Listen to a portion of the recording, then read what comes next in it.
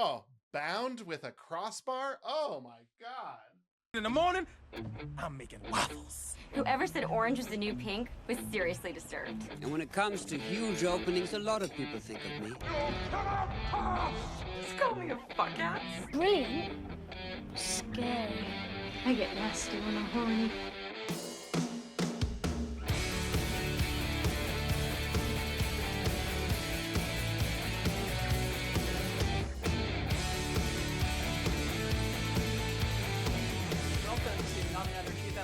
Movie Podcast, a show exploring movies released during the first year of a chaotic century.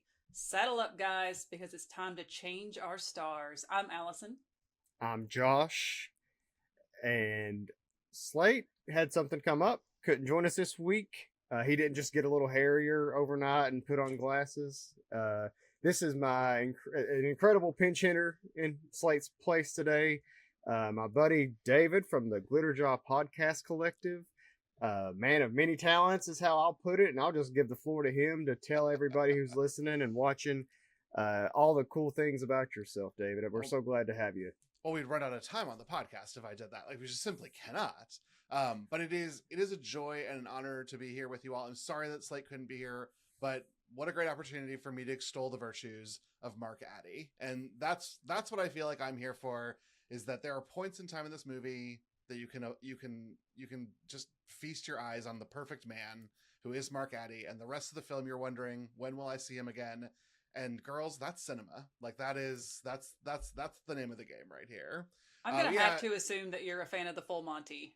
Oh, and a half, my girl. I've always been a big fan of Mark Addy. I have seen this. I saw this in theaters when it was 2001, and so I was delighted to come on and talk about it and just lend my voice to that. But as Josh mentioned, I do a few other podcasts. I can pitch them at the end, but I'm with the Glitterjaw Queer Podcast Collective, and that's the energy I'll be bringing to today's conversation. All right, thank you for joining us. So it's not just me and Josh waxing poetic about this movie by ourselves. It's hard to be a 3-person podcast down to 2. It's really tricky. So better to have a third. Always. One thing that we do on this podcast is we start off with a question of the week for each of the people speaking, and it's just sort of related to the movie at hand. So my question this week: what is the most dangerous or stupid activity you've ever done in terms of causing bodily harm? Wow. For me, it's wild because I do a lot of things that I think put my body at risk, but I do them in a very protected and well understood way. So like, I'm learning to box, but like, I'm learning to take a punch. So that's a whole like thing. But when I was a teenager, not too far away from when I saw this movie, I was real susceptible to a dare. And I was in a friend group of possibly toxically masculine men. And we did a lot of food dares. And at one point of time, we had gone to the grocery store. We were in the juice aisle, and someone said, "David, I bet you can't chug 96 fluid ounces of V8." And I was like, we're going to buy this V8 and do this. And I made it, but I will tell you, just thinking about it now as a 40-something-year-old, it causes me intestinal pain just to remember this. It's like making my jaw hurt. But I did it. And I just want to say it was unpleasant. I did not have a food related thing in mind to talk about, but you called to mind when I was in middle school and was very similar around a lot of just shitheads. You say toxically masculine, that was absolutely the case, but I like to just go right on to shithead because they were all shitheads, including myself. And like, I remember not just me, like multiple people, like spraying Axe in our mouth, like eating styrofoam plates. Like, I mean, this is some hillbilly dumb shit that we were all into. Like, so that's that's a better answer to the question than what I had in mind. But I'll share the story that the worst injury, it wasn't a stupid activity, but it was also a stupid injury from a relatively not dangerous activity, which is playing badminton. And I came down on, just playing badminton in our gym. It was like I was like a senior in high school, and came down on my ankle. And I've rolled my ankles a lot playing basketball, running. Like, it's not something I'm not accustomed to. By far the worst ankle roll I've ever had was from playing badminton. It was black for a week. Oh yeah, that's the best part. Oh, it's so gnarly. Such a masculine story, Josh. Thank you for sharing. I sprayed a little Axe on it though, and it made it. Then it was fine. Allison, you've got to ground us. What's yours? There's not any one like really, really specific thing, but when I think about it, I can't believe I made it to an adult intact because I was a gymnast. I had a trampoline in my backyard. Wow. The number of times that I fell off the trampoline, we rode horses. I've been bucked from a horse at least 5 times, and one time, like, it almost stepped on me as it was running away. And we, probably the dumbest thing was, my sister had this great idea. She's like, it was snowing, and so she took our shitty little plastic sled, tied ropes to it, tied it to one of the horses. Just like, oh, we're gonna have like a horse-drawn like sled. Of course, they don't have any brakes, so like you can kind of get the horse to pull it, but then you're just like ramming right into the rear of it, and it's like stepping on the sled and stuff. We lived up on a hill. I rode skateboards like down the hill, crashing into fences. Our hill for sledding was massive, and like we would go sledding on it, and then usually hit a rock or something and go flying. One time, my friend and I crashed so badly. She landed on her face. I landed on my ass, and I had a bruise that it was like this big, and I cheered, so I had to wear a short skirt. So there was this gigantic black bruise all down the back of my thigh, like the next week, and her face was like purple. I'm like, God, I can't believe I never broke any bones or injured myself doing all that stuff, but I like tripped in the hallway when I was 10 and fell down and broke my arm, just like walking to the door. So I also broke my arm like just walking. Like I feel like I've taken really bad tumbles, but I broke like the like funny bone, and all I did was like fall, and it was done. It was like shattered. Yeah, the body's so weird. I broke my wrist falling off monkey bars, which that's when I was like in 2nd grade. But I broke my shoulder jumping off of a dresser onto my bed as a kindergartner. So, were you trying to do a pro wrestling move? I was like effectively, even though I wasn't into wrestling, I was doing it without any frame of reference. It was in the heart. Yeah, that's what I'm saying. It's core. It's core, Josh. 100%. All right. So, that question was because we are talking about a movie about jousting today, which looks like such a painful sport to endure. This looks like a blast. I would do this. I would joust today. If there was a place that I could joust, and I can't believe that doesn't exist yet. And I mean, there's a castle like 2 blocks away. We've got to have jousting here somewhere. Come on. Like I would do this, but only with Heath Ledger from 2001. From 2001 Heath Ledger. Well, that was different. Well, it's time we celebrated our differences. Just maybe not in public. Now I got their attention. You go and win their hearts. All right, a little background on this movie. A Knight's Tale is a 2001 medieval action comedy, but let's be honest, this is a sports movie. Oh, yeah. It follows all the beats of your traditional sports movie. It stars Heath Ledger as the low-born William Thatcher, who pretends to be a noble so he can compete in the sport of jousting, winning fortune and fame and the heart of a fair maiden. He's accompanied by a crew of misfits, including Mark Addy as Roland, Alan Tudyk as Watt, Laura Fraser as Kate the blacksmith, and last but not least, the scene-stealing Paul Bettany as Geoffrey Chaucer. He's so good. Yes. He's so Geoffrey Chaucer. young. And I did not realize this until many, many years after seeing this for the first time, but this movie is loosely based on parts of Chaucer's work, The Canterbury Tales. Yeah. I think the first chapter is actually called A Knight's Tale. Mm-hmm. And we got Shannon Sossamon as Jocelyn, the fair maiden, and the most boring part of the movie, in my personal opinion, which I don't necessarily think is a fault of hers. And eternal villain Rufus Sewell playing Adamar, who's another knight competing for the jousting title and Jocelyn's affections. So this movie's Adamar. What a dick. The number of times I just wrote "what a dick" in my notes. All right, so this movie's directed by Brian Helgeland, Made 117.5 million worldwide, and that's why I drafted it. So this fell under the bling bling category of a movie that made a whole bunch of money in the year 2000. It's got a B+ cinema score from audiences, but got mixed reviews, and is technically rotten on Rotten Tomatoes with a 59% rating. Boo. So I actually remember a lot of the criticism at the time, and kind of going back and look at it. A lot of the criticism revolved around the anachronisms of the movie, especially the choice to use classic rock songs for a 14th or 15th medieval, setting, 14th or 15th century medieval setting. But once again, I love Roger Ebert, and I think he got it right in his 3 out of 4 star review. So this is a quote from his review. "It is possible, I suppose, to object when the audience at a 15th century jousting match begins to sing Queen's 'We Will Rock You' and follows it with a wave. I laughed. I smiled, in fact, all the way through Brian Helgeland's A Knight's Tale. Some will say the movie breaks tradition by telling a medieval story with a soundtrack of classic rock. They might as well argue it breaks the rules by setting a 1970s rock opera in the Middle Ages. To them I advise, who cares? The movie has an innocence and charm that grows on you. A Knight's Tale is whimsical, silly, and romantic." And I think that kind of perfectly sums it up. Don't you think this suffers just a tiny bit from being released the weekend before Shrek? Because some of the musical cues feel almost like they should be in the film Shrek and not in a film with Heath Ledger. Yeah, I could see that. I didn't realize that Shrek came out just a week after this. We have to do Shrek later this year too.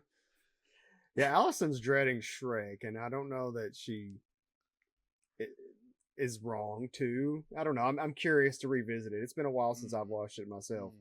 But I think it's one thing. I'm not good about doing that either, going back and seeing like the release date and what is around it. But that's an interesting thing to bring up, because it probably they're also, I mean, they're not similar. They're more similar than they aren't in some ways, I guess. If you it's something to think about. Well, for there to be 2 fairy tales in the theater is not, it's not outside the realm of possibility. That's an old story. Old stories show up in the theater all the time. But I do think like you have to start to wonder where the more fun parts of this film are aiming for, because by the end I'm like sobbing in this one, and then I was like, why did I hate that music stuff in the beginning? And when I started my rewatch, I was like, oh yeah, this is totally very different than what we get to at the end. All right, I'm going to take you through a few little fun facts that I learned when researching this movie. It filmed in the Czech Republic at the same time as fellow 2001 movie From Hell, which is how Heath Ledger met his one-time girlfriend, Heather Graham. Wow. I know Slate loves From Hell. Yeah, loves it enough. Okay. It's also something we'll be talking about later in the year. The lances were built to explode easily upon impact because the tips were filled with balsa wood and uncooked linguine. No. That's amazing. Well, see, that's what I want. I want that. I don't want to actually get hurt by a jousting thing. I just want to be showered in pasta. Showered in uncooked pasta. Yeah. So apparently other actors in consideration for parts. Paul Walker as William. Oh. I don't know about that. Okay. Kate Hudson as Jocelyn. Uh-oh. Would have been a bigger name, I guess, in the, but... Yeah. Sony wanted Hugh Grant as Chaucer, but Helgeland is friends with Paul Bettany, and he wrote the part with him in mind and fought for him to get it. Yeah. So in addition to Chaucer being loosely based on a real person, the knights themselves are also based on historical figures. Sir Ulrich von Liechtenstein was a real German knight, but he was actually more known for his poetry about being a knight than for actually, doing knight stuff. Oh. Well, okay. And director Brian Helgeland is more of a writer than a director. He's directed a few movies, but mostly is known for writing. Twice Oscar nominated for LA Confidential and Mystic River. He also was one of 3 people to win both an Oscar and a Razzie in the same weekend. Hell yeah. He won the Oscar for LA Confidential and the Razzie for The Postman. Oh, right, The Postman. And he says he keeps both on the mantle to remind him of like the fickleness of Hollywood. And I'm so sorry Slate isn't here because he would jump right in, but one of his few directing gigs was the 2015 movie Legend, which Slate insists includes the best twin acting of all time from Tom Hardy. Oh. We had a big argument about this last week. Have you seen this movie, David? Legend? Legend? Maybe I haven't. I was maybe thinking I Am Legend and not Legend. No, I guess I haven't. Yeah, this is the third time it's come up on the podcast to date, and we're just a little more than a third into our schedule. Do I need to watch it? Like, is this a critic? I mean, if depending on who you ask on this show, Slate. If Slate were here, but the fact you haven't seen it yet is a crime against humanity. I'm doing a terrible job of being Slate's replacement temporarily by not talking about this movie more. Legend. All right. Before I kind of start talking about some specifics in this movie, Josh, you're the one that had not seen this before this week. So what are your thoughts? I loved it. I mean, I wasn't sure what to expect going into it because comedies at that time, it can go a lot of different directions. And I think the comedies, the more firm thing I would place this in if I had to pick one genre. Mm-hmm.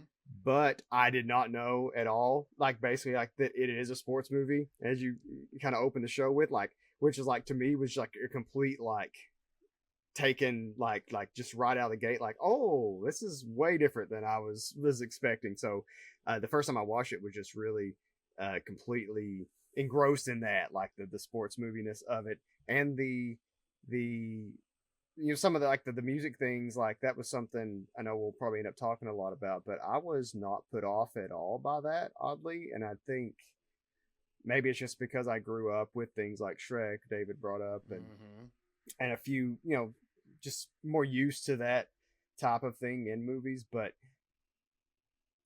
it just didn't bother me, I guess, because I just thought it was a neat choice, because I kind of picked up right away kind of what they were going for, and they hit you with it right away, right?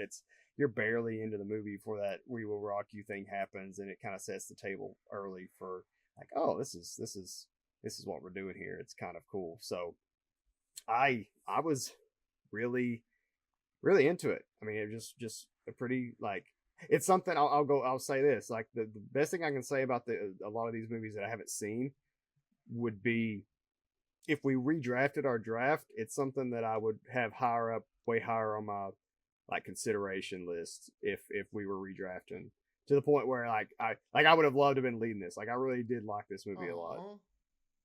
I love that. What about you, David? No, you said I also saw it in the theater, but when it came out. Yeah. So this is what I love y'all about y'all's podcast, is that 2001 was the era of me being the right age to have no responsibilities, but enough liquid money to go to the movie theater whenever I wanted. And so sometimes I would see 2 or 3 shows in an afternoon, evening, and I would just pile them on, and it was incredible. And I had a movie theater that also showed some older stuff, so I was getting a little bit of that too. But it got to the point where I would just see anything. So there are things that didn't even make y'all's draft. You asked what I really wanted to come on the podcast for. I was hoping you would cover the film Cats and Dogs, that for some reason I watched in a movie theater as a single moviegoer, and I should be on a list for that. Truly and honestly. But I did get to see Knight's Tale, and I had a blast with it. It was giving me a lot of I was a very romantic teenager, and I wanted some romance. I think, Allison, you introduced Jocelyn as being a fair maiden. That is exactly what she is. Fair, a C. She's a C. She is not an A+ maiden, but she's not failing. She's a fair maiden. But I will. There is romance in this, and it is a romance between Sir William and Ardmar. There is some serious vibes going on between these men.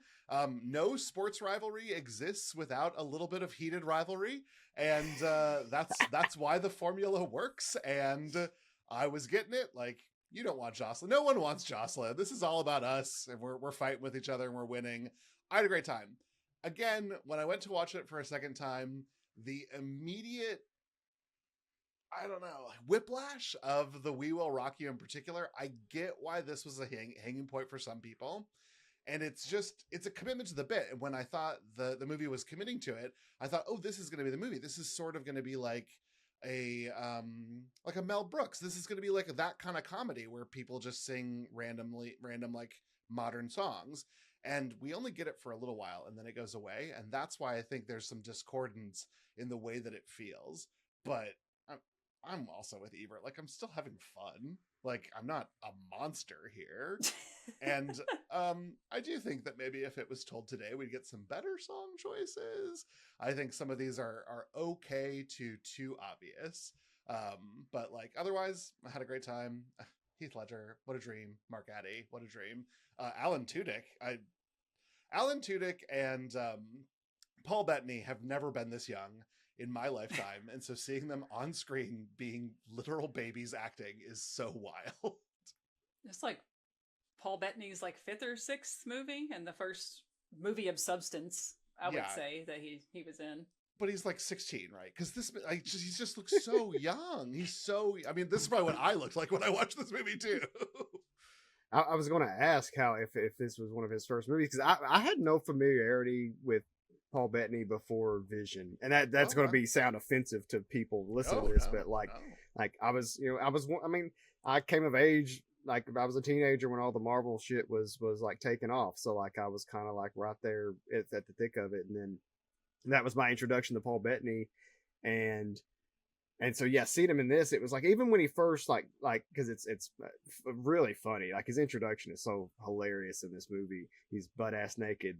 And literally, I think the first thing you see is his ass, but even when he turned around, it's like, okay, I know this is Paul Bettany, but it doesn't look like the Paul Bettany that it's very like he is so young that I was like, still, is that him? You know?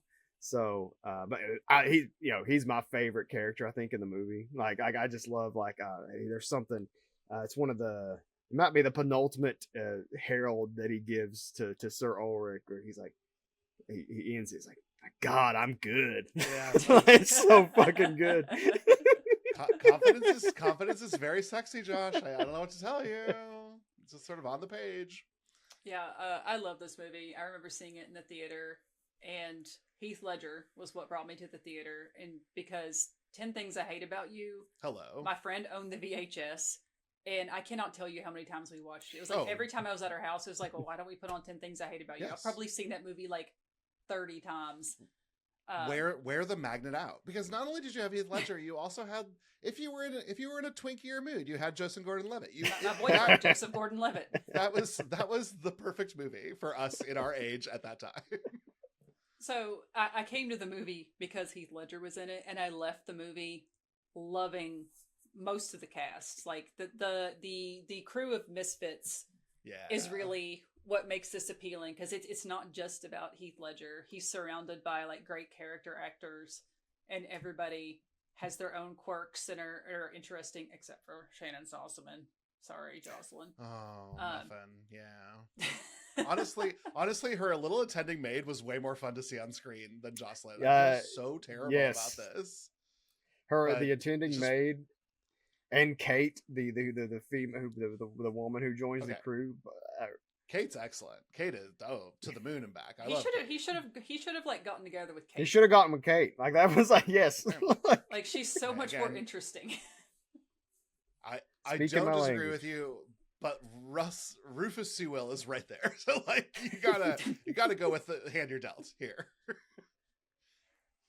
All right. So I always take a ton of notes as I'm watching and just kind of go through the scenes and call out. So y'all feel free to hop in as we go. But I appreciate that we open with a title card that gives us some context for the sport of jousting. Yes. And then we start with the flies buzzing around the corpse just immediately. This poor man. He didn't even get to be seen. And Roland, who's Mark Addy's character, like yelling, they're like, he's dead, he's dead. What do you mean he's dead? The spark of his life is smothered in shite. So I'm like, oh God, he shit himself? Yeah, I mean, you do lose bowel control. That was the thing, is like, we're a little camp, but we're also being like a little serious. And most of these folks have been trained Shakespearean. And so you're getting a little bit of Shakespeare from their performances, which I think is really cool and was a smart decision on both the direction and the script on this one. But then it's kind of funny, just like Shakespeare is. It's kind of funny to talk about shit. Like shit's funny. And Heath Ledger looks like, I don't know, like Tom Hanks in Castaway here. This is not his best look, but you know. I can fix him, Allison. He hasn't had his glow up yet. He's still just like a lowly squire.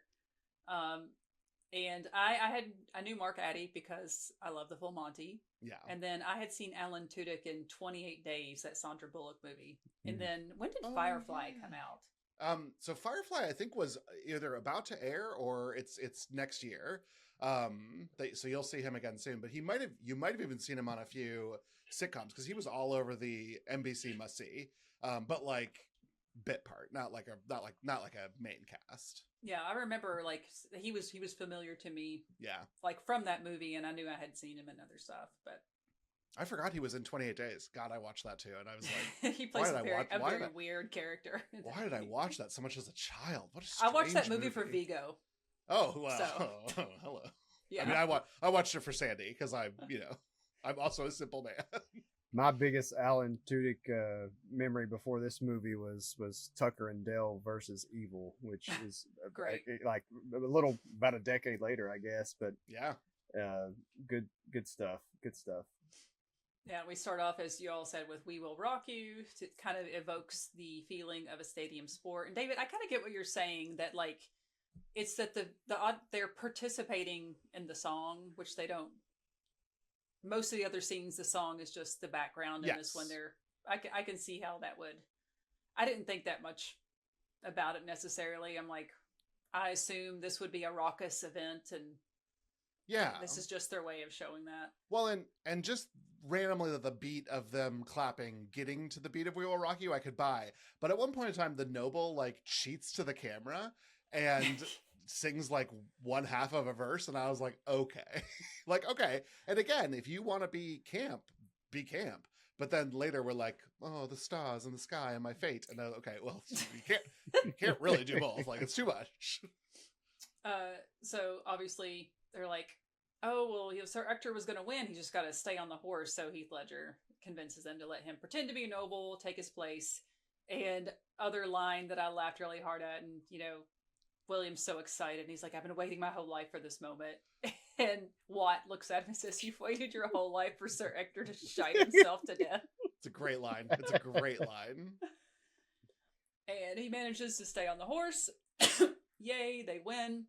At first, I thought this was an actual feather. And I was like, what a lame ass prize. And what a terrible prize. Upon closer inspection, I'm like, okay, it's made out of like gold, I guess, so it actually has some value. And the convenience of his helmet getting bashed in, where he, is like, oh, I can't take my helmet off. So sorry. Yeah, but we were talking about all the fun bruises that we've all had, but Heath Ledger, perfect, untarred face. Not a single bruise on that beautiful face. Yeah. Damn. Could have had a little welt. Would have been cute, but oh well. So they take their prize, sell it to some random stranger on the road, get some money, talk about going home, getting tansy cakes. That's what Watt keeps talking about, tansy cakes with peppermint cream and veal balls. I couldn't make sense if these were real things or just things that seemed plausible to be medieval foods, and I was like, great, sold. Give me a veal ball. Tansy cakes. There's like a tansy plant. It's some kind of garnish. So I mean, well, if it's English, I'm going to assume it's disgusting. Yeah. Son other sets on good taste. William fights and basically does his best to convince him that they should keep up this ruse because they could win a whole lot more money. I love when they get in the wrestling match. And then Watt is like biting his arm. And he's like, you see how hungry I am. Yeah, that was funny. I liked that too. But William has the line, which I kind of caught in a second watch, where he said, how did the nobles become nobles in the first place? Which is kind of foreshadowing for the end. And they reluctantly agree. God love you, William. I know, because no one else will. And then we cut to a montage. Because every sports movie has got to have a great montage. Essential. So the choice of song here is Lowrider. This didn't work. Lowrider was a weird choice for me. I think we could have found another one on the jukebox on this one. I loved the montage, but I just thought Lowrider was a weird choice. I think it's the bottom of the barrel of all the songs in this movie. Yeah. It's not I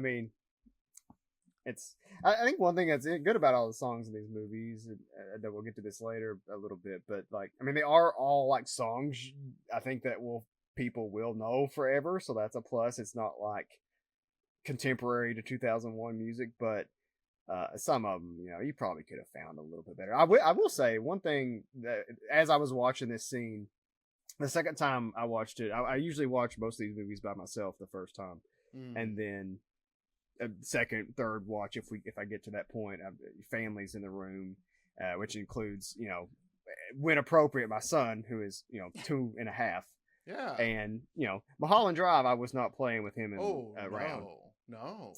But this, it's one of those, like, I feel like this is a movie that would have been rated PG before PG-13 existed. Yeah.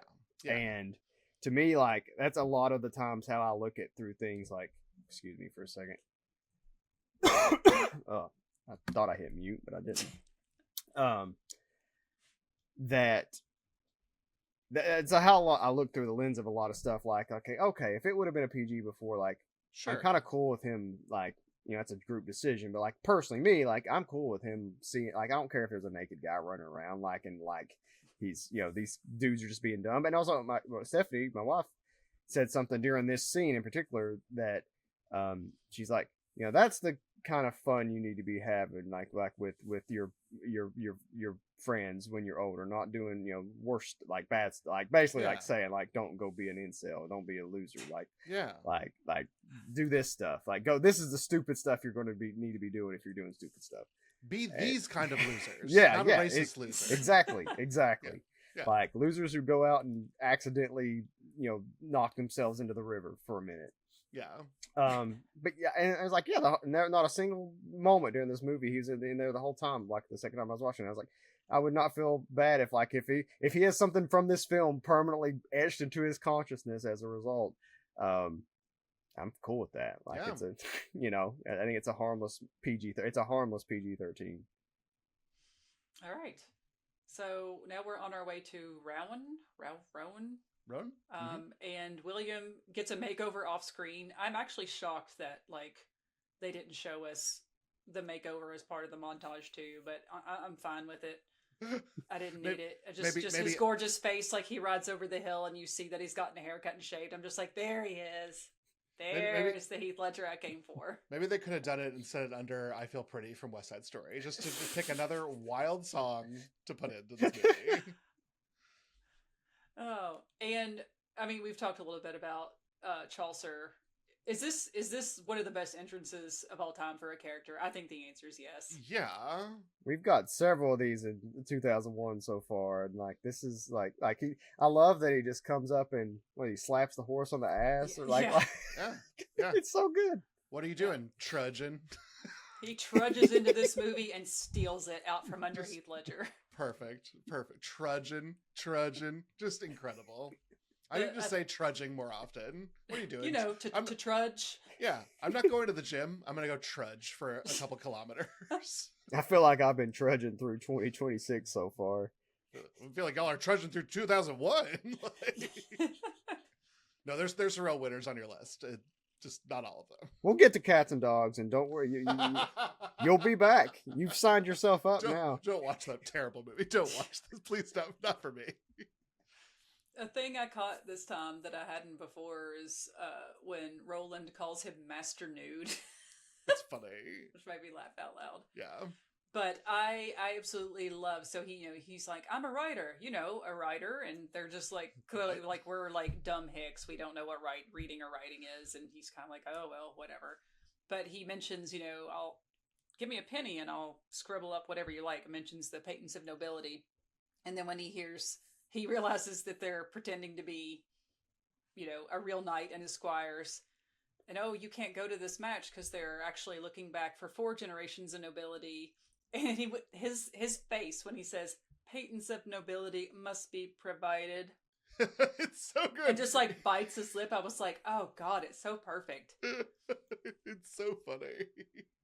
And this is also the first time I had to I started watching movies with captions because I'm 43 and it just helps me process. I'm sorry, I can't do it without them. Yeah, but Watt says, "I will fong you," and I had to look this up. So I was like, "What?" And it's apparently old Irish slang that means to like kick, attack. But that word comes up so many times in this movie, and it's so strange. I will fong you. I do feel like at a certain point of time, Watt's use of fong you becomes a little bit more all-purpose swear than maybe some of the more direct slang associated with the word, which is fine. That's okay. It's 2001. Battlestar Galactica is 2 years away. We're going to be fracking from left to right. Like, I get it. All right, they make it to the match. His fake patents of nobility pass the test, and I love there's just a little side glance of Chaucer looking at the people gambling, and you just instantly know, this guy's got a problem. Yeah, good filmmaking right there. Good filmmaking. And when William's riding through town on his horse and he starts singing that little song, I wondered if that was a nod to the real von Liechtenstein being a poet. Because he doesn't really do it again, but it was kind of interesting. Yeah. Listen, I loved this film. 2 hours and 10 minutes. We could have found some stuff to snip, and love you, Heath, and sing to me, please. But this could have got the snip because I didn't need this. Well, and then it leads into him seeing Shannon Sossamon. So enter Shannon Sossamon as Jocelyn in the first of many weird hats and outfits. Yeah. Who was she supposed to? Because she's walking into the church, and I was like, oh, she's like a weird nun, I guess. She. I don't know what her role is in this church because she's kind of. I mean, she's subversive in the sense that she wants to. I mean, she clearly just is just thinks that the whole system she's a part of is silly. Her and her friend, but. I don't know. I don't understand what she's doing in the church. I get that they're trying to make her, if this was, a real story, like women were seen and not heard sort of thing. But they're trying to make her a little more modern and feisty. But I mean, she really is just a fox, as she said. She's just a prize to be won. She doesn't have any like real agency of her own. You could have not had her in this movie and given him a different motivation, and I think it would be equally as good. Well, I think that gets a little bit to what David's saying about the runtime, because the only thing that bothered me as we got to the end is it felt like the movie could have ended on three different occasions, and some of the stuff I really enjoyed the stuff with what they were trying to do with his dad, and I felt like, but that also just really felt tacked on by the end, and I think. Yeah. That could have been the driver for this whole thing instead of the chasing the woman. It could have, and but not everything can be perfect. While we're in the church, can we talk about what were your experiences seeing the set of the church? Because this was CG. What was going on? There was something going on here that this was not a full set. I did think it was like the way it was staged. It was odd. And I didn't clock necessarily that it was CG as I was watching. But now that you say that, it does. I do remember it being framed weird. And even when they go to the church later, it's also like they do some like it's a neat shot, like the way they try to do it. But it's almost like the whole time I was thinking that second time, like, why are they shooting it this way? Like it's different, but like, why? Like what was the intent like here, That one made sense to me because it was supposed to be Notre Dame. And like, I get that they didn't get Notre Dame for this film. But like, you could have found, again, there are churches all over Europe. They're everywhere. You can walk a horse right into one. They're everywhere. There were some in the Czech Republic. But when at the end, when they do go to Notre Dame, I was like, oh yes, I see what we're doing here. You're having Heath Ledger in front of a green screen, but it's the camera's pointed like this, and you're just getting the chapel, and then they did that long shot inside, which was cool filmmaking, early green screen, so it does look a little artificial, and this did too. I did appreciate the subtle dig at the hypocrisy of the church when, you know, he's telling her beauty is a curse, and she's just like, oh, why God, why did you give me this face? But he holds out his hand for her to kiss, and she looks at his gigantic ring. Oh, that is lovely. And he just, the way he reacts, like, oh, how dare you call that out? And that's the end of our religious subplot. Goodbye, religious subplot. Yeah.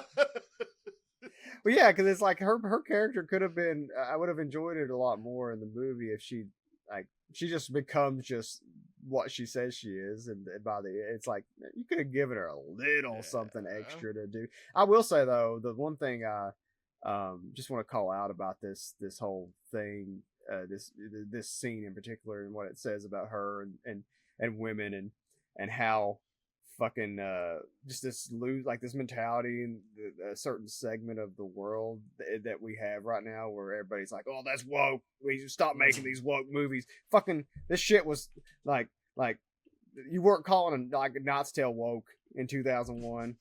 Nobody was out here saying woke to Knight's Tale, and it's like it's hitting you more over the head with this shit than anything, and telling you how fucking stupid like some of this stuff is.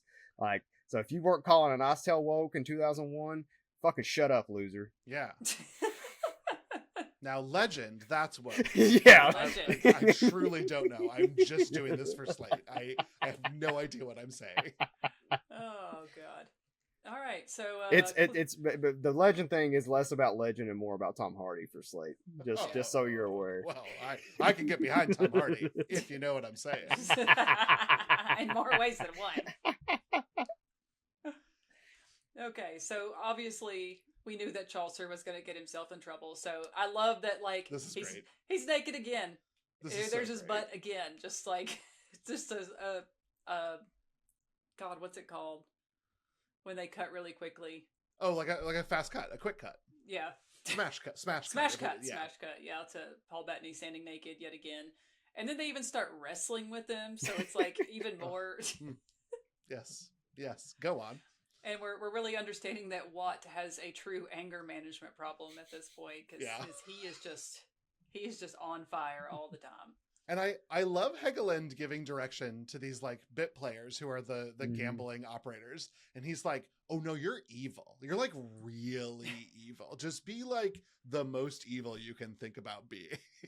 Simon the Summoner and was it Peter the Pardoner? Yes. I believe are their names. Yeah. Oh God, they're great because they are taking that direction very well, and they are just doing it to the 10. So those are apparently also characters in the Canterbury Tales. And they're repulsive characters. Oh. Apparently. Oh, okay. Obviously he talks about that later. That's cute. Yeah. That's cute. Basically, Will doesn't have any money to pay off his debt, but he promises. He decides, I'm going to trust this guy. I'll give you some of my winnings later. I'm shocked that they agreed, but they did. He goes on to the sword fighting seems so dumb in this movie. I don't. Why? It's like you're basically just beating each other with sticks. There's no real elegance to it, and you've got a sharp you're not like doing any stabbing. It's just like hitting the other person's armor. So I'm like, is it just your ability to hit really hard with the sword? Seemed like boxing to me. Like that was like in terms of the like you're just.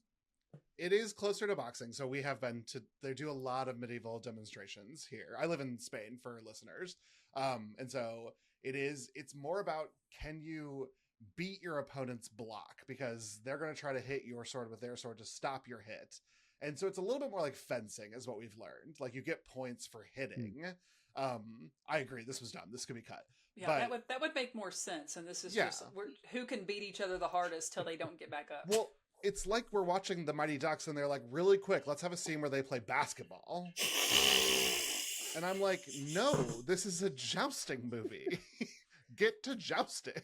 Well, yeah, because they at some point before this, they talk about like, this is like, William, this is your like they kind of plant the seed like this is his real skill. Yeah. And then he shows it off, and he's good at it.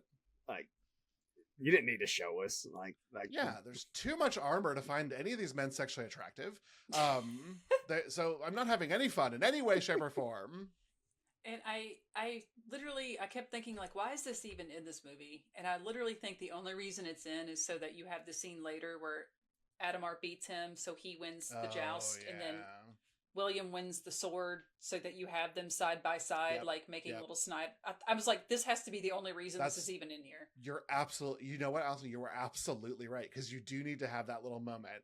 I bet another couple months and some script doctoring, they could have found a different way to do that, but we got there. It was just too long. We just cut a little bit of it.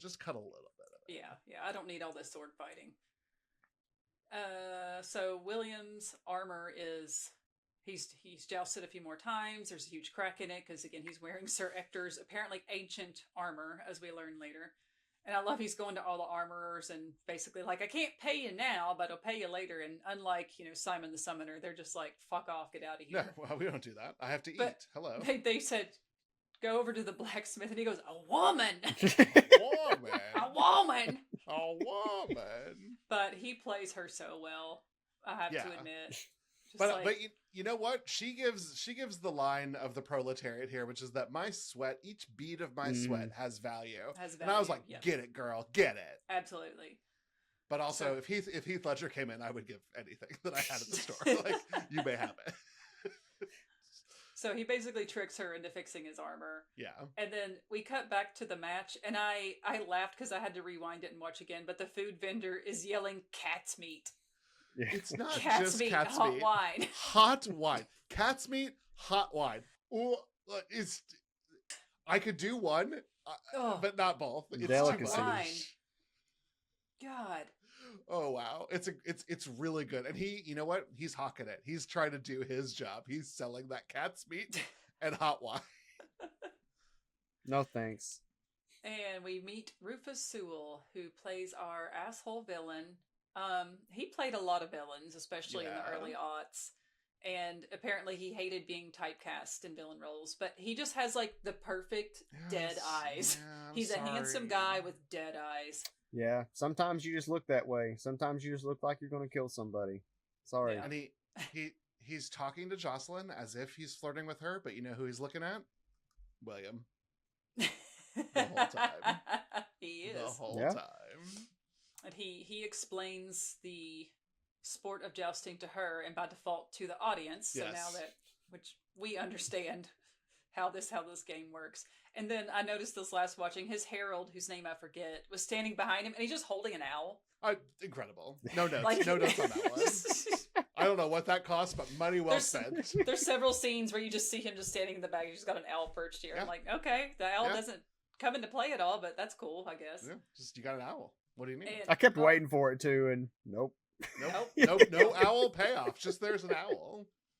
Oh, but I cringe so hard. He starts making fun of Will's vintage armor, and if you make this fashionable, my grandpa will be able to wear his again, and everyone's laughing. I'm like, oh god. Yeah. That's one of the things that I can sit through a lot of things and kind of just roll with it. It always hurts me to my core when someone's making fun of somebody for being poor in a movie. Yeah. Like, even though it's obviously like that's the point, is for this guy to be repulsive, but it's still like, I just want to rip his fucking face off right there and feed it to that owl. Yeah. Like, so Josh, this is flirting. This is how you. This is negging. Yeah, this is negging. He is negging William. So he's not good. He's not a good guy. William should say no, but my man, he has only eyes for this. He's coming in hot. Guy. Yeah, he's coming in hot. He's like, what are the tools that I have? Oh, I should make him feel bad about himself. I've got it. Here we go. Oh, well, it works. And so William runs off, and then he says, oh, some of these poor country knights no better than peasants. My God. Wow. Lay it on thick. Wow. Okay, and now we get to see Paul Bettany the first time officially as the Herald. And with clothes. This speech, I can't even so good. remember everything he said, but I love that it finishes with the protector of Italian virginity. It's so good. It's so fun. good. I will say just because it's correct for the period, there's so much reference to God and faith in this, but it feels so secular. So like, I live in Spain. One of the things you might know about Spain is the Spanish Inquisition. We have a lot of Catholicism here, but it's all secular. Like, sure, our bank holidays are named after saints, but no one goes to church anymore. Like, and that's the vibe that I'm getting off of Knight's Tale, is like, God exists in this world, but like only as like a cultural thing, not really a deep belief system. And it's kind of a fun thing to choose to do in your script. And Bethany delivers all these lines about the warrior of Jesus Christ, warrior for God, and but it all works, and it's cool. I think that's also that's probably partly like part of the anachronism a little bit, because it's such a it's there's things that it tries to do well in terms of the medieval setting, and then there are things that just clear, like the music, but also like the dressage. Like, we haven't talked a lot about the costumes. Like you'll have some costumes in the same scene that look so period authentic, and then some guys looks like they're wearing a t-shirt. Oh, Alan Tudyk is wearing a t-shirt at one point in time, and I was like, this is just a t-shirt. I can see the scene. I can see the scene. Well, you can see that their clothing gets a little bit better, especially on Paul Bettany's character. He starts wearing a much nicer robe after they've been winning and I guess making some money. Yeah, and that's good, and it's good filmmaking. But now you can't see Mark Addy between the slit of his tunic, and really the film got worse. It's such a shame. But oh well. So William jousts with Sir Thomas Colville, who is actually Edward the Black Prince. I didn't realize this until like this week when I watched it, that I'm like, oh, this is the first time he meets the Black Prince, and he shows mercy by saying like, we'll just bring it to a draw. I have no idea how I missed that, like the other dozen times I watched it in the past.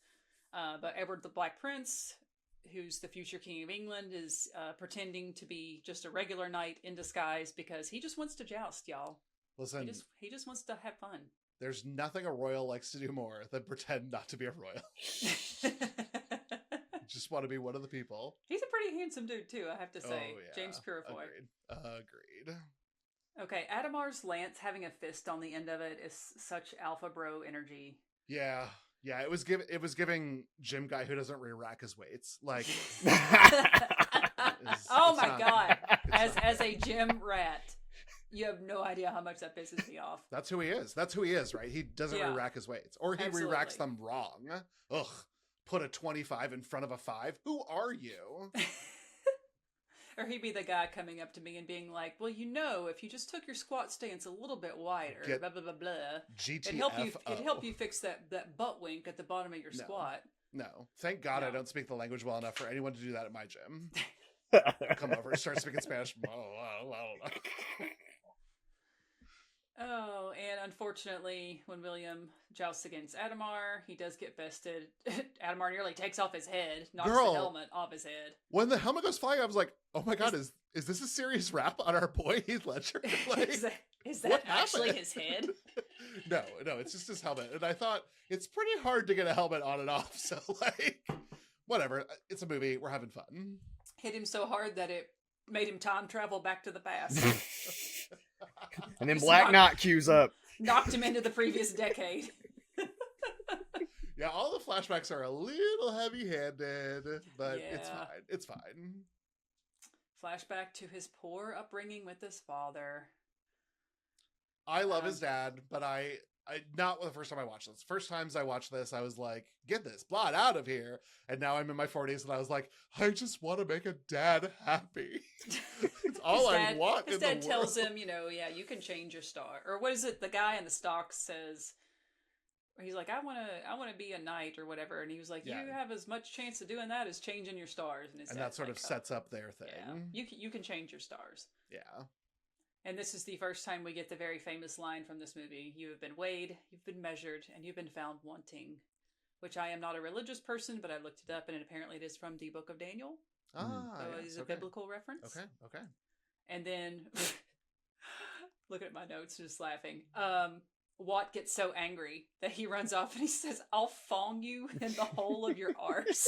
Yeah, that's a good place to do it. I just, if you want my advice, it's a great place to get started. I love Chaucer just shoving him down to like prevent the fight and just being like, "Well done, my lord. Well done, my lord. Well done. It's a great Bettany moment too, because it's so much ham on the sandwich.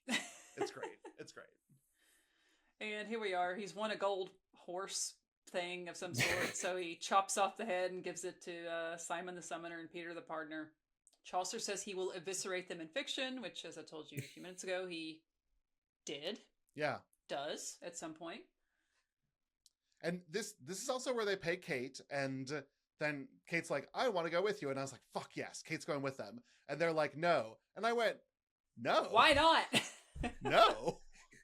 You have a skilled blacksmith willing to just hang out. What's happened? Have you never played a role-playing game? If somebody wants to join your party, you say yes. Yeah, No. Take the skills. First rule of improv. Thank yes, you. and. Yes, and she's going to go with you and make you better armor. And they tell her no, and then she's there. And then she's just there. I don't like they got to learn to dance, I guess, and that's how she ends up like her blacksmithing wasn't enough. She had to also teach them some etiquette. Yeah. I do love Jocelyn's. What's the lady in waiting? Katerina or is it Katerina? It's something like that. I missed that she even had a name, to be honest. She's wonderful though. Katriana something. Oh, she's so great anytime she shows up. She does this like meek little but I know a secret thing with her face so well. Oh, she's so good. But my lady wants to know what you'll be wearing at the banquet tonight, and then you just see Mark Addy just like his eyes just shift over and he's like looking at the tent. That's so great. It's great. And I love that Mark Addy is the one who's sewing this tunic. It's so great. Good for him. So we got to make him an outfit. He doesn't know how to dance. Oh, we got Chaucer and Watt trying to teach him how to dance, and they are all just buffoons. And I love, Watt punches Chaucer in the face, and it cuts to black, and then it just cuts back in, and he turns around and goes in a 1 and a 2, and he's got like that bloody nose. It's like just a perfect little. And then he's still just doing the same thing that he got punched for, like call it. Like it's yeah. And that's the kind of thing I love. Like we see that a lot in some of the movies we watch. Is like a scene like that where like it just goes black for like a whole full second and then cuts back in. Like we don't see that kind of stuff like in filmmaking as much anymore, where you just have these weird just stoppages in the movie. But it works perfectly. It's just like that little like pause to let you absorb and cut right. My cat is like whipping her tail on me right now. I think she sees a bug. Anyway, this is where Kate the blacksmith comes in to feed the horses and is making fun of them, and they were like, "You could do better," and she's like, "Well, yeah." And she teaches William how to dance. Yeah, and I guess then they're like, "Okay, fine, you can come with us. You can come with us to Paris, which is all you want to do." Why? Nobody's going to give her any plot motivation, but whatever. She's part of the team now. Honestly, I could have used a lot more of her. Yeah, me too. I thought she was great. Yeah, she was good. And banquet scene. I'm going to talk more about this at the end when we get into like the music, but this is arguably the best scene in the movie. And Adamar, hang on. Oh my God, I'm sorry. She's so distracting. Can you all see her? No, but I can feel her. Anyway, yes, like Will shows up. He looks super hot.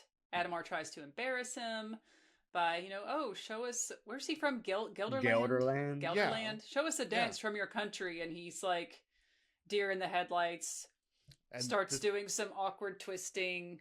And, Jocelyn's like, I gotta save this guy, runs out and just sort of starts clapping, and they just make up a little dance as they go along. And this is the inspiration for Wicked's Dancing Through Life. This is the exact same plot line. Here's the deal. I had a moment, because it's been a while since I've seen this, and a deep despair started to fill me when I was like, oh, we're going to introduce a modern song here. I genuinely thought they were going to do the Macarena. I thought he was going to be like, watch me do the dance of my people. And if that had happened, I might have messaged Josh. That's a thing that would have happened in Shrek. Well, that's what I'm saying. Yeah. That's they're so close. They're so close together. No, but they're dancing to David Bowie's Golden Years, and I had never heard this song Oh, before. it's a great song. Oh, loved it. Yeah, like I remember getting home and looking this song up on Napster, because those were the Napster days, so I could download it and listen to it. That kind Not of for much longer. Yeah, No, it was really great close while to it the edge here. lasted. Yeah, you're close. When you connect, you're downloading music from another Napster user's machine, and the software, the programs, the music never resides on Napster's equipment. Napster really isn't responsible for the copying or the distribution. They're just providing the channel. In the bonus feature, I'm going to talk a lot more about this scene specifically, but it just basically turns into this big dance party. It's a lot of fun. Everyone's really getting into it. The song's kicking in. The one thing I want to mention, since we may not end up talking about this movie, but Black Knight, is Kitty okay?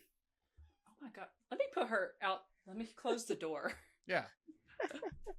What are you looking at? She's protecting you from the Macarena. Do you get those weird ladybug looking things, Allison? You're being crazy. Can she smell the creeps through my screen? See? I'm keeping... Cats are very perceptive. Cats are very perceptive. I keep them on hand for when mine get kind of like that during recordings. See, I really want a cat, but after watching many people with cats on podcasts struggle with them, I'm like, maybe it's better that we don't have one. Yeah, mine are too... if I could even shut myself into a room, because I'm in a wide open space, it sucks. I have the worst recording space possible. But they would have to come into the room with me, like it's that bad. They'd be scratching on the door the whole time. The thing with cats is, like, she was very intently looking at something, and I don't see anything. So I'm like, is it a ghost? It is a ghost. It's a ghost. Hey, maybe it's Heath Ledger. Maybe it's David Bowie. Maybe it's both. Wow, then we should let you go, Alice. Because let me tell you, the evening's about to take a great turn. Okay, all right. Moving on. We cut to, so Kate, the blacksmith, is working at Will's new armor. Honestly, I hate the Nike swoosh thing. I think it's dumb. Yeah. That's from a different movie than I think what this ultimately is as a film. That's too much Mel Brooks. It's too silly, I think. Yeah, even with all the anachronistic stuff, it felt like it was. Even when it happened, I was like, "What?" Like, because you're so deep enough into the movie now that it just felt really off kilter. I wonder if they had to pay Nike any. I hope not, because it wasn't worth it. I hope it was not worth it. So her armor, he puts it on. Oh, this will never work. It's too light. But, she's an awesome blacksmith. So it's super lightweight, super strong. And he's very, very mobile. And I love that they kind of cut to, before the match, there's another knight in heavy armor. And they are just trying to get him on this horse. And he just, he's so heavy. He keeps falling down. And all these men are laughing at Will because he's wearing the woman's, armor. And he just trots up and just leaps onto the horse. Yeah, it's great. And they just immediately shut up. You know what? Great horse actors this whole film. Yes, I thought that too.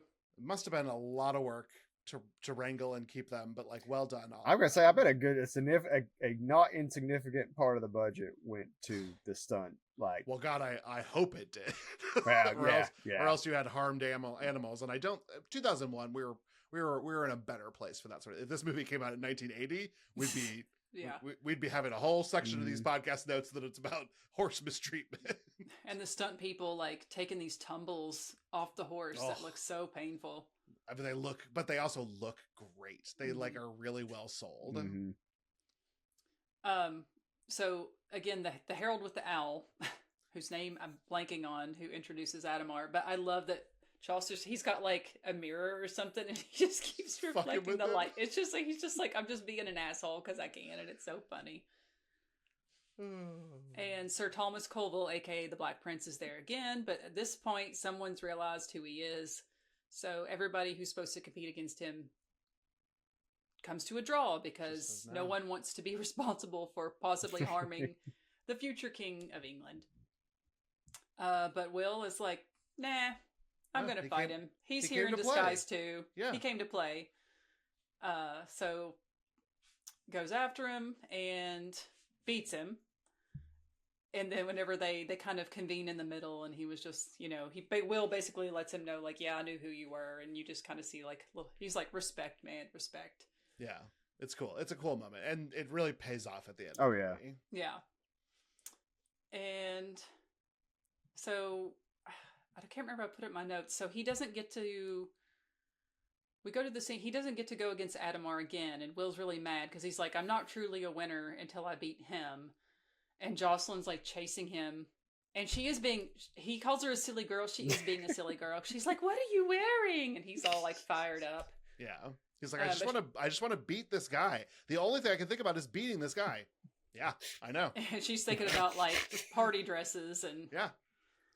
This I will say is the most sports movie of this movie. Of him being like, the only thing that matters is beating the person that I lost to. Like it is the Mighty Ducks too, because Adamar is vaguely Russian to me. Like it is delivering on everything that I need a sports movie to be.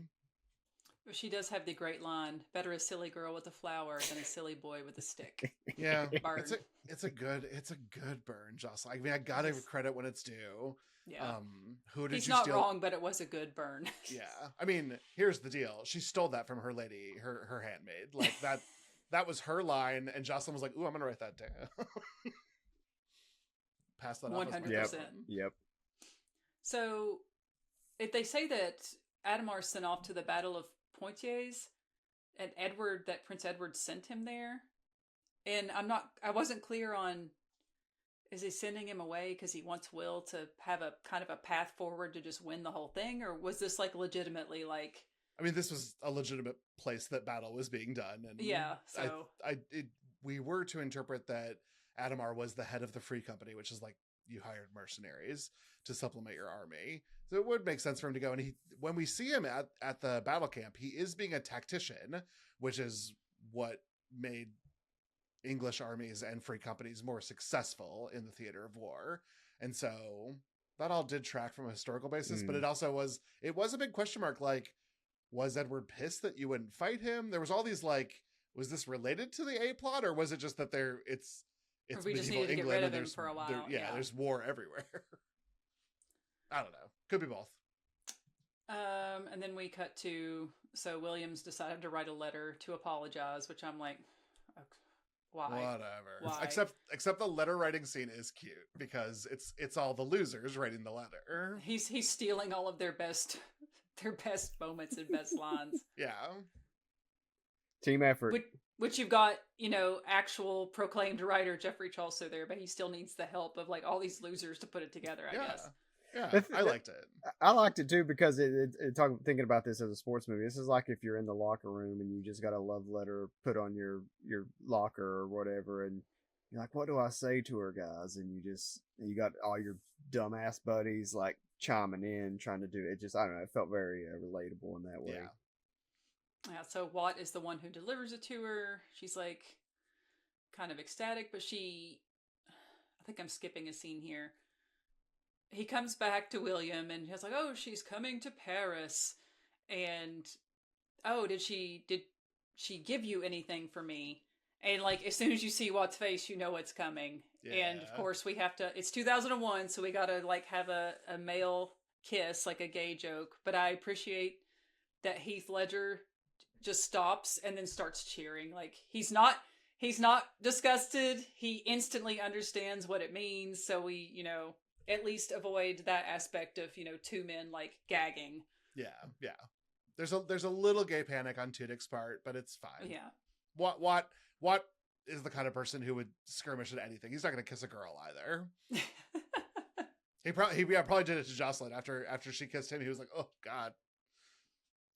So Jocelyn shows up and William makes the mistake of telling her that he will win this match for her, which every other night had told her, and she liked the fact that, he never once made that claim. So I hate this trope. I hate this. If you love me, you'll do, whatever stupid thing. In this case, it's like, if you love me, you'll lose on purpose. And I'm like, No.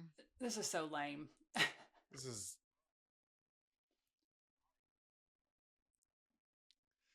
I will say, he just gets taking lance after lance is the pretty absolute wild. shit beat out of him.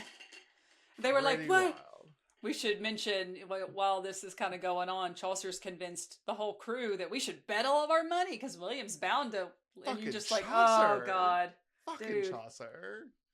Yeah, but so they bet all their money on William. So when he keeps intentionally just letting lances blow off his chest, they're like, what are you doing? And he goes, losing. That was good. That was good. And, then Jocelyn, of course, has to come back and be like, oh, tee, I was just kidding. Never mind. Go and win the whole thing. He's just like, God damn it. And again, the only thing that made that palatable is that it wasn't Jocelyn who delivered that news. That was her. It was the lady in waiting. That's right. And she was like, could you win? I have a secret. And that's what my face says. If Game of Thrones came out in 2001, this actress would have been all over Game of Thrones. She would have been cast. Oh, I could totally see that. Because she's got that I'm a lady in court thing going on. And it's a hard thing to get right. I could see her conniving with Varys. Exactly. On Game of Thrones. Yeah, absolutely. So, of course, he wins. And then the cut of she's sneaking into his tent at night and Chaucer's just creeping there watching. And he says, bed him well. I don't know how I feel about it because I just don't like Jocelyn. So it was kind of like, I guess so. Like, you want your buddy to have fun, but I don't know. And then you see they've got all the makeup on Heath Ledger, so he looks like he's been beaten up. I mean, yeah. Yeah. And of course he reacts. She starts to climb on him and he's like screaming in pain and he says, this is your fault. And she's like, yeah, it is. I'm just like, God, she sucks. Ah, Jocelyn, get your life together. All right. London Championship. So they're riding a boat.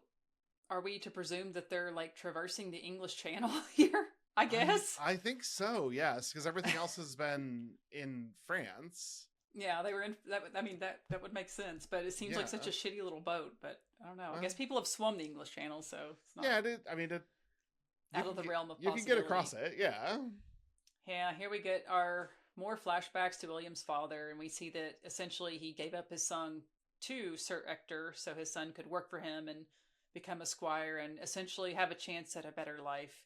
Which I'm like, you never really see what the father does or what their life is even like. You're kind of understanding that. I guess the mother isn't in the picture. Do they make mention of his mother at any point? No, I don't remember. No. This is a virginal birth for all we know. Immaculate conception. Yeah, immaculate conception on the part of the father. I don't know. He sprung from my loin. Spoiler alert for one of my podcasts, but a lot of moms just forget to get written when it's a male at the helm. So sorry about it, but it's just it's a flaw of our species. We can't even say that she's fridged because she's not even mentioned. She never existed, and she's not a motivator in any way. But I agree with you, Allison. Like, what's so bad about their? That's what I needed. I just needed a beat of how William's father thought, this life is so bad, I want to raise my child up from it. Because later when we see William's dad, he's not like great, but for a peasant in London in the 1400s, not doing terrible. He's got an apartment. He's got a roof over his head. Yeah. So I don't know. I mean, the whole thing ends up working for me again because I'm now in my 40s and I lost my dad. I never wanted to make my dad proud because he was an asshole, but I want to make a dad proud. And so I really vibed on this whole story, even though I thought if I was an editor, you could cut all this out. I did love the casting of the young William though, because he does look like just like a little tiny Heath Ledger. He does look like a tiny Heath Ledger. Yeah, they found a good kid. And he doesn't really have hardly any lines. He does a lot of like wide-eyed nodding and shaking his head. That's good. That's a good child actor. Child actor. No lines. I do love that you hear Sir Ector say something. He says Roland, and you kind of understand that, Like Mark Addy's character has already been with him, and presumably Watt shows up at some point along the way. Good young Roland. He looked kind of like you're going to grow up to be Mark Addy. I thought that was awesome. It did make me wonder, like, this whole thing is like, so they've been with Sir Ector for a while. He says 12 years. Is that they said when was the last time you were in London? And yeah, William says 12 years. So it's like, man, like they really had a lot of trauma just dumped on them right at the beginning of the movie, and just kind of processed it pretty quickly, or compartmentalized it, away pretty fast. Like, cause after you get to this, it's like, oh, that sucks. I do think you have to interpret that maybe he wasn't a great knight to work for. Because otherwise, I do think they would have been a little more heartbroken, because he was kind of like a surrogate father. But like, just like me, you can lose a father and be okay with it. Like it truly does happen. This is a needle drop that I think is too on the nose of the boys are back in town. Agreed. Because they're back in London. Agreed. I don't need this. I don't need this at all. And I like The Boys Are Back in Town as a song. I just don't like it now. They have a little parade through the street. Everyone's chanting his name. And then later, William has to go back to Cheapside because he doesn't know his father's still alive, but he's just kind of like, oh, I just want to go and like see where I grew up. And I love that, like, he's trying to be all secretive, and he comes upon this cute little girl, and then he's immediately like, can I tell you a secret? It's just like he's been hanging around the chambermaid too long. And then, tells her that, oh, I actually grew up here, and do you know and name a guy by the name of Thatcher? And oh, he just lives over there. So he's like, oh my God, my father's still alive. I was so sad that he's blind. Yeah. He's just weaving, I guess, like, is it a fishing net? I assume that it's thatchery for the roof, because they're thatchers. They thatch for the roofs. Oh, that would make sense, yeah. Because okay, so his blindness is purely so that we can get this extended, like, I am a knight, and I'm here to come and tell you about your son. And then him being like, oh, knowing that my son is happy makes me happy. And then them coming together, and it got me. And I was did he change his stars? Oh my God, it got me so much. And I was like, what is happening to me? This is so hacky. How am I getting got by this? But I was the same way. It is kind of hacky, but and I'm the same way. My dad sucked, so I don't have a relationship with my dad. But now being a dad, I'm coming at it from the other direction. It's like, man, like, if my kid could think about me this way someday, like, that's all I want. Like, exactly. So yeah, as you mentioned, the roof is leaking. So William's like, oh, this will never do for a Thatcher. Mm-hmm. And let me go up and fix it. But I have to say, like, the instant he rides into that part of town, that the trip is going to bite him in the ass, even before you get the shot of Adamar, like, spying on him. And Adamar didn't send his little owl friend on this trip. Adamar went himself, because he was like, maybe I'll catch William by himself. In a back alley. Corner him in an alley, yeah. Oh yeah, the jig is up. Yeah. William's ready to compete, and then Chaucer and Jocelyn come up, and they're basically begging him to run. They're going to arrest you. They know that you faked everything. And just this extended sequence of, like, everyone telling him to run and him screaming no, and Jocelyn's like, oh, I'll go with you. And I'm like, girl. No, girl, no. You would slow us down. Absolutely not. You are not going to make it a day. When she's like, oh, yes, William, he's like, we'll sleep with the pigs. Yes, William, with the pigs. And I was no. You would be turning around and running back to your castle so fast. No, you're not even going to stay around for Mark Addy. You're going to be out of here so fast, and you're wrong, Jocelyn. You are so wrong. She would never be able to think of all, like, the missed opportunities of her elaborate hair pieces and fancy dresses. Like, yes. Now, don't get me wrong. I do love all her hats. All her hats are... I don't love Jocelyn, but I love her hats. Some of the hair too is, like, fantastic. Yeah. Like, they've got it, like, fanned out. God, and, like, yes. Oh, incredible. I wish my hair would do that. But no, you can't do that on the road, girl. You simply can't.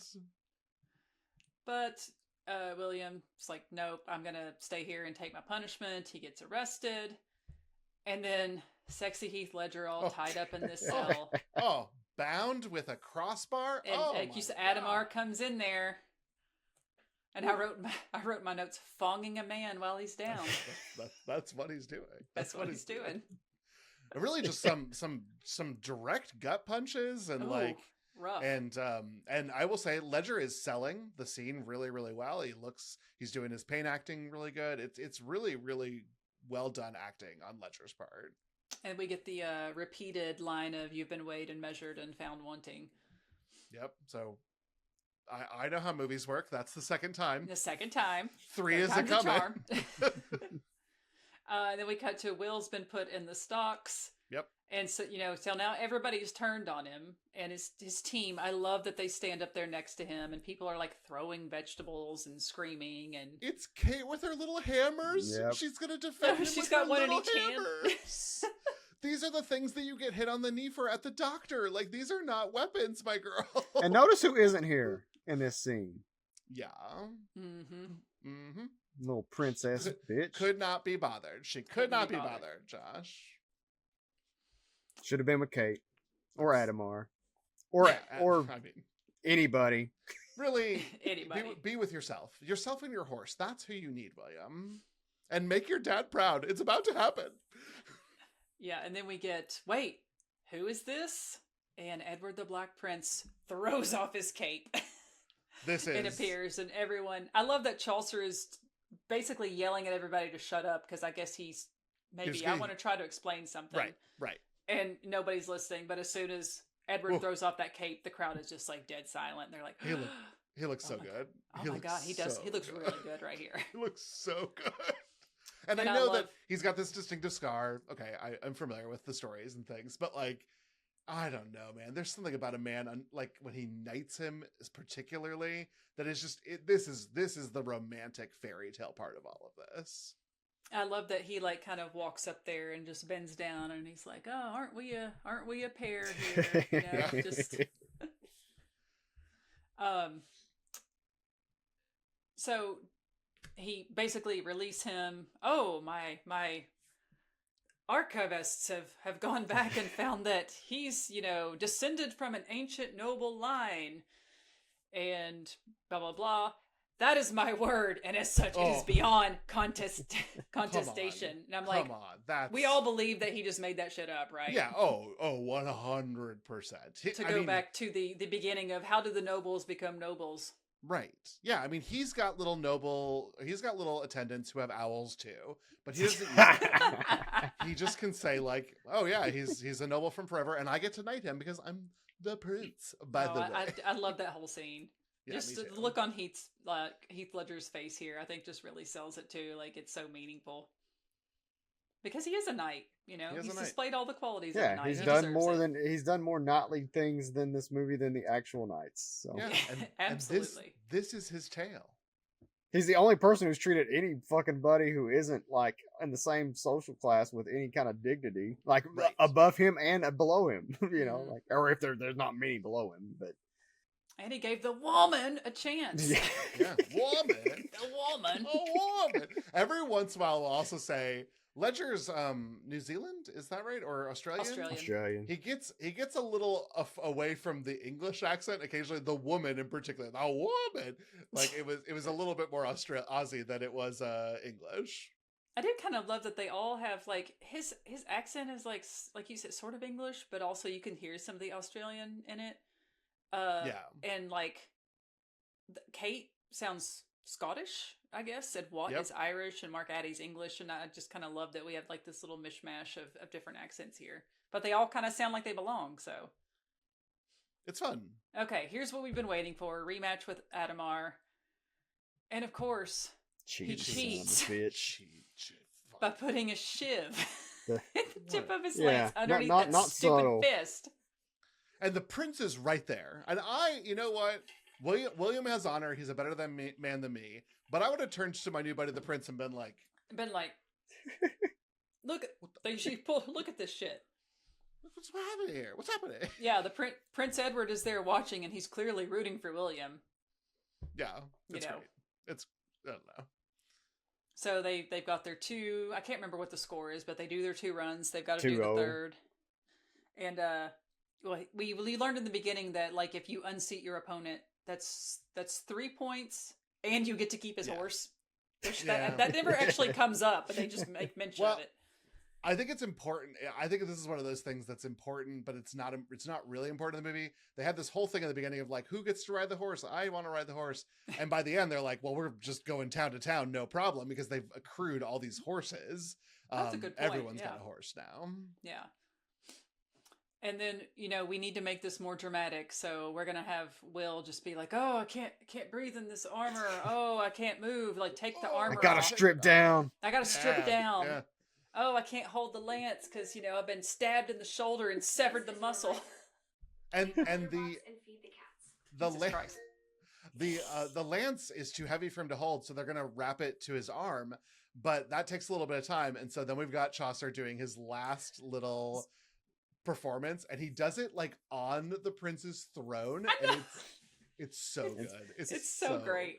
When this and they're all just like, yeah, okay, yeah, oh, there it is. At it. When this scene first started, I'd written down like, oh, they didn't have Chaucer do his last like thing. I was like, oh, that sucks. Like it's stupid. Like, and then I was like, oh, so I struck it out. I was like, oh, that's so fucking good. It's really good. You are fucking good, Chaucer. You are good, Chaucer. That gives them enough time to strap this lance to William's arm. And was there ever any doubt? But I love that he unseats Adamar, and he like literally the stunt person does like a 360 like tumble, and then it flashes back one more time. It's it's like a best of compilation of. First, he's got this dream sequence, though, where everyone's standing over him like he's Dorothy, and he just got back from Oz. And I thought that was real. Oh, I read this as a dream, because then we see him flip again, and he's actually on the ground. He's also like floating off the ground. Like floating for the first time. Kind of like, I don't know. He was just sort of like, it was like an ethereal, like he was in his mind. And so this is his nightmare. This is his nightmare. Yeah, exactly. And really, if I looked up and saw most of this cast, I would not my nightmare. Not my nightmare at all. Yeah, so I love the shot. He's laying on the ground looking up, and one by one they all kind of surround him, and they each have a line. You have been weighed. You have been measured. And you have absolutely been found wanting. Welcome to the new world, and God save you if it is right that he should do so. Yes. Yes. And it wouldn't be a fairy tale without a happy ending. So William and Jocelyn kiss, and I'm kind of like... Yeah.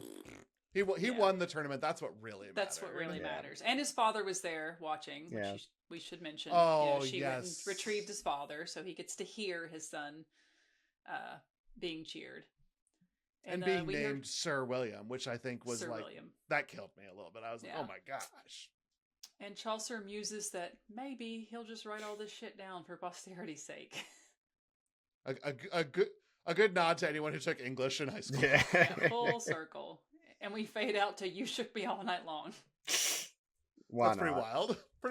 I can go with the vibe, but okay. That's fine. But then we close out in the after credit scene. Like we get an extra credit scene. Yeah, did you watch the? Yeah, I sure did. What the? Sure did. Sure did.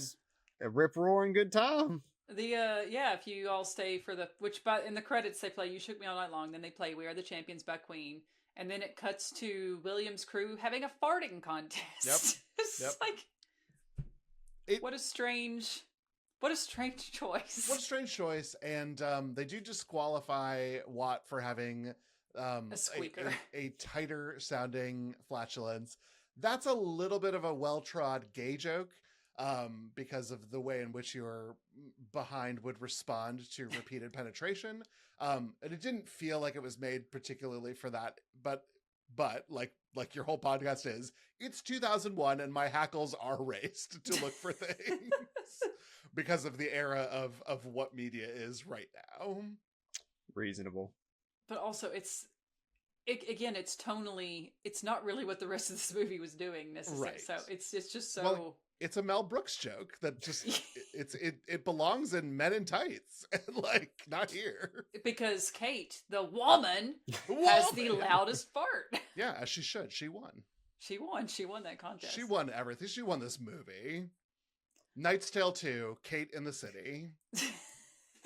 So, but before we move on, David, I gotta ask, because I know one of your podcasts was with you're on with Merrily on Fear Coded, who's been part of the show before.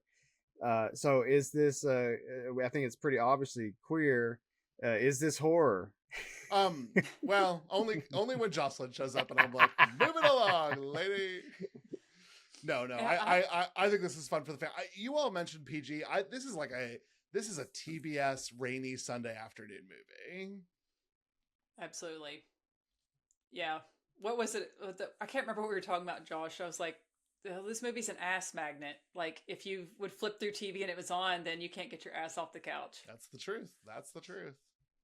Also, just a note about Shannon Sossamon, because we keep making fun of Jocelyn, but this was the era when she was in a bunch of movies at this time. She was in The Rules of Attraction, 40 Days and 40 Nights. Mm-hmm. Oh, God, there's something else that she was in besides. It was like they were trying to make her like this next big thing, and then she just kind of like disappeared. She vanished. Off the map. Yeah. And she's not a bad. I will even say this. I don't think she's a bad actor. I think the script did her dirty. Yeah, they just didn't give her much to do. Yeah, it is tough when your whole reason to be in a movie is really just to be a love interest in general. Right. But even with that, like, there's just not a lot to. I mean, she is just a accessory to the plot. Like, you can take her out of this movie and it doesn't matter. Like, you can weave the whole thing around his relationship with his dad, and that you get the same result. And 2:10, you got to cut some stuff out of this movie. This movie becomes perfect at 90 minutes, but we're never going to get there. So I would love an hour 45. Yeah, there's a few things that I definitely think could be trimmed from this to get it under 2 hours. Yeah. When I saw 2:10, I was like, ooh, I love Josh, but I don't know. Heaven preserve me. I'm going to watch this twice. You had to watch it today, right? Yeah. Which is fine. I love movies, so I'm always happy to watch something. I'm curious, where did you find it? Because we were like, the one thing I was worried about was like streaming. It didn't look like it was legally streaming anywhere. Yeah, it was on Hulu this month, and like today it's not on Hulu. But I have the DVD. So it must have been a January to February thing, because we're recording this on February 1st for the listener. So. Well, here's the deal. My husband was less than employed at one point in time, and so he would just get DVDs from Netflix. This is a timestamp on when this was, and he would make legal backups just in case the DVDs ever got lost for Netflix, I assume. And then when system storage and stuff allowed it, we ripped all of those burned DVDs into data, and then we brought that huge multi-terabyte hard drive with us when we moved across you did. Ocean. Oh yeah. And so we have a lot of movies. Hey, no judgment. That's legal backups are good for everybody. Well, I've got two different friends that gave me access to their Plex account. So listen, Plex is life. And they use legal backups too. All of them. Totally. Well, what if Columbia Pictures needed this? I don't want to let Columbia down. Look, she's beautiful. I get to see her at the beginning of the movie. I don't want to disappoint mommy there. Yeah. No, I can't. Yeah, the only mother in this movie. That's right. It was the Columbia statue at the beginning. You are not wrong, Josh. Oh, God. All right, let's move on to our bonus feature. So I decided to go with kind of the role of music, like popular music in movies.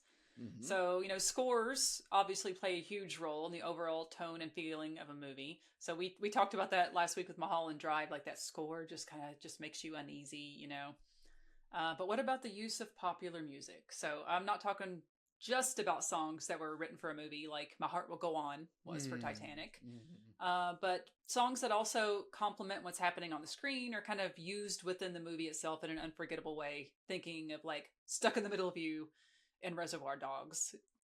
That song is kind of tied so specifically to that scene. So I was just kind of thinking of some of my favorites.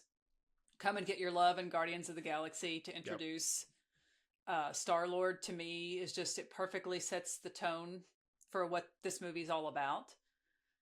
Don't You Forget About Me, The Breakfast Club. Oh, love it. Immigrant Song in Thor Ragnarok. Oh, right. A needle drop so good, Taika had to use it twice. Yeah.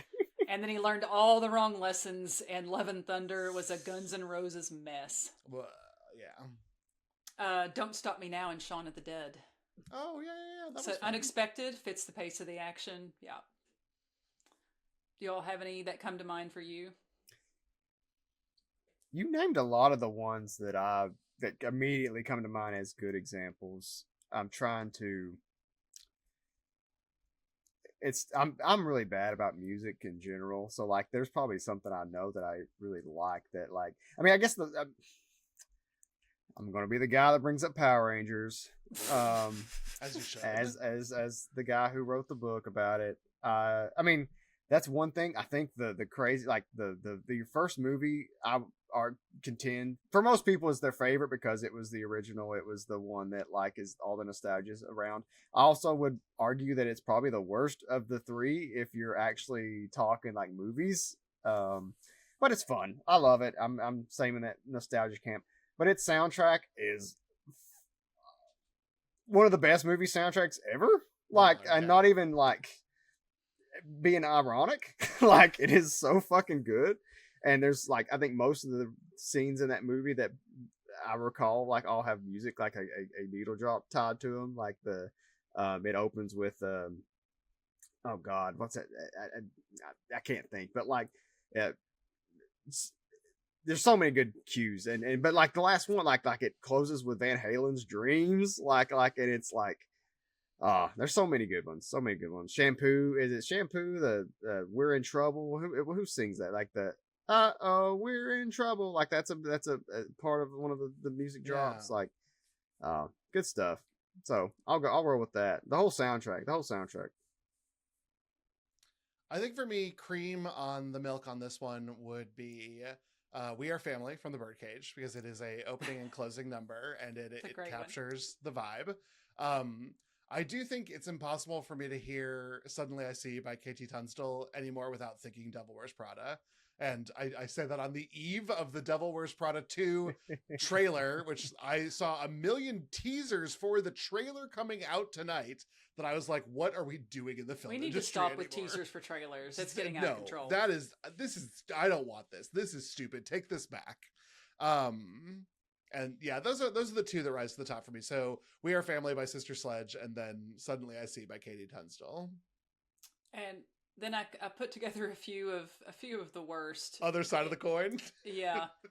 And too bad Slate isn't here, because I'm pretty sure he would agree with me. But have you seen It Chapter 2? No. And everyone seems to think that that's the right decision for me to not have seen it. It's the first one's so good. The second one has its moments, but it's not as good. But there's a scene where Eddie, who's the one who's afraid of germs, he's like in a basement, and so Pennywise shows up as like your greatest fear. So basically this like grotesque zombie man shows up and chases him and then pukes in his face. Mm-hmm. And it smash cut like drops to Angel of the Morning. It is the weirdest. Yeah, it seems like a bad choice. It's the weirdest like what the fuck moment, because like they're trying to be funny, but it's like really scary. I was like, this does not work at all. Yeah. The sex scene in Watchmen set to Leonard Cohen's Hallelujah, which I thought was so cringy. Oh. I gotta say, I love Hallelujah. I think it's a great song. Its use in movies, almost 95% should belong in this category. Yeah. It's almost always used wrong. Literally everything in that David Ayer Suicide Squad. Because they learned all the wrong lessons from Guardians of the Galaxy, and every time they introduce a character, there's like a 15, like when they introduce Captain Boomerang, it's like, it's an AC/DC song. I can't even remember, like, oh, he's Australian. Here we go. The whole thing is just so bad. So bad. Okay. Let's talk a little bit about soundtracks and how they came to be. So the use of a commercial soundtrack really became a thing, according to my quick internet research. The best kind. The best kind. There's a movie called High Noon in 1952, and the director Stanley Kramer asked a composer, Dmitri Tiomkin, to write a song that would fit the themes of this Western. So Tiomkin wrote a song called Do Not Forsake Me, My Darling, which is now better known as The Ballad of High Noon, and it was sung by Tex Ritter. So apparently he put it in the movie, test audiences didn't like it, so the studio wanted Kramer to remove it. He refused. And while his movie was kind of hung up in post-production, he took the song and went to singer Frankie Lane and had him record a version of it for Columbia Records for sale. So the studio, not to be outdone, took the Tex Ritter version, which they owned, put it on Capitol Records, and thus both versions were on the radio at the same time. They were both hits. They were both in the Billboard Top 20 at the same time. It is crazy how often, when you look back at some of the Billboard history, how often that was happening. Like, especially like country music, I'm more familiar with country. There would be so many cases where the same artist would, like, two different artists would have the same song out and like both be like 1 and 3 on the charts. Like, it's so weird. We're simple people, Josh. We just want something we know. I guess so. That song also won the Academy Award for Best Original Song. Oh, fun. So how original was it? There were like 7 versions. The lesson Hollywood learned from this was, this can make money. Yeah. And 100 years later, we got the television series Glee. Yep. So music became kind of an additional marketing ploy for a lot of movies. And, you kind of go into like musicals and West Side Story and those soundtracks really becoming a hit. And I grew up, David, I don't know how old you are, but as I said, I'm 43. We're right there, girl. Okay. We're together. Thank God, because Josh and Slate are like 8 years younger and don't get half my references. But I feel like the 90s was so soundtrack heavy. Yes. I mean, I guess the 80s too, to a pretty good extent. But I just like the Batman Forever soundtrack was just a bang. That is not a great movie. Great soundtrack. Is that the Kiss from a Rose soundtrack? Kiss from a Rose. Unnecessarily perfect song. Yep. Here's my take on it, Allison, is that we were the beginning of the CD generation, and a soundtrack from a movie gave you a bunch of singles, and they were kind of awesome, and you could skip to the ones that were good. It was kind of like, now that's what I call music before that took over, was being like, well, Batman Forever was only okay. I mean, Dr. Chase Meridian did nothing wrong, but these songs just were horny great. for Batman, and I can't blame her because it was Val Kilmer. Who among us? Who among us? And so you would go and get that CD, and then you'd kind of be like, well, this is cool to get this. Then you would burn your own CDs or like make mixtapes or whatever. And that's why I think that we were so interested in soundtracks. I mean, think about like the Bodyguard soundtrack, because of that, Whitney Houston's version of I Will Always Love You. And just soundtrack albums were like such a big thing. And I think the age of digital downloads, it's not that it's like totally killed it, I guess. I mean, soundtracks don't like dominate the Billboard charts, but there's still a lot of like that music movie synthesis going on. One of the things I find is that when I'm looking for a movie soundtrack now, it's a fan-made playlist on Spotify. Mm-hmm. It's not actually the company saying like, oh, these were the songs. And which is fine. The world evolves. It's cool. But like, I miss going to Tower Records and buying these 8 songs that I thought were bangers when I saw this movie. Yeah. I mean, like, the Barbie movie with the Dua Lipa song, it's kind of, I can't hear that song without thinking of the Barbie movie. Me too. And, Pitch Perfect with all the different songs they did in a cappella, kind of like that soundtrack. Yep. All right. But let's bring this back to A Knight's Tale. So, as we talked about, director Brian Helgeland elected to go with all classic rock. And I personally, I agree with a lot of them are like kind of on the nose and stuff. But most of them kind of fit the vibe of what's going on. Yeah. I think the decision to use more established music helps the movie feel a little more timeless, because I was trying to imagine, like, what if he tried to use, like, modern music from 2001. And that was like, would it be like Crazy Town's Butterfly? Tub thumping, Kryptonite by Three Doors Did Down. it all for the nookie. Kryptonite. Allison, no. You have to sign off right now. Or like, The Way You Remind Me by Nickelback. It's just like, I can imagine the songs being a whole lot worse. Yeah. Well, because that's jukebox musical territory, and you all already covered that when you talked to Moulin Rouge, and like, that's a different vibe completely. Yeah. So even though like a lot of the classic rock songs I think are can veer on the edge of cheesy or anything, I'm like, I think that was a better choice than maybe trying to make it like a little too modern. Yeah. But let's talk about the best song in A Knight's Tale, which is obviously David Bowie's Golden Years and that dance sequence. And I'm not the only one who thinks this is the best thing, because Vulture has a whole goddamn article that they wrote about it. And I'll link to it. I would highly recommend you go read it. It's really interesting. So just a few fun facts from the article. So Heath Ledger was apparently like reading the script and he's like, oh, I get to ride a horse. I get to joust. I get to do some singing. And then he was told, you're going to be dancing. And apparently he was like, oh yeah, I get to do some dancing. And he was like really, really psyched for it. That's fun. The script for the banquet scene originally called for the song Get Down Tonight by Casey and the Sunshine Band. Are you familiar with the song? Oh, of course I am. It's a different vibe. I'm thinking about them dancing to that, and I don't like it. It was even choreographed. They choreographed everything to that song. But Heath Ledger, and they had this whole thing in the article where they talk about like how good he was at talking people into stuff. And they're like, Heath is like, no, man, I've got this idea. It should be Golden Years by David Bowie. And they're like, oh, well, we've practiced it and it was working out really well. And he's like, trust me. It's got the same beat. And when I kind of like listened, I was like, he has a point. It's got kind of like the same tempo. And the choreographer loved the idea. So they were like, told the director, like, don't come to rehearsal. We'll do it both ways. Let us practice. And then they were like, oh, no, it's brilliant. It has to be Golden Years. Yeah. That was Heath Ledger's idea. It feels much more ethereal than Get Down. Absolutely, yeah. Get Down Tonight would have been, once again, too on the nose. Yeah. But Heath Ledger apparently also did this in 10 Things I Hate About You. Originally, when he runs out on the football field, he was supposed to sing I Touch Myself by the Divinals. And he convinced them to do, God, what's the name of those? You're Too Good to Be True, Can't Take My Eyes Off of You.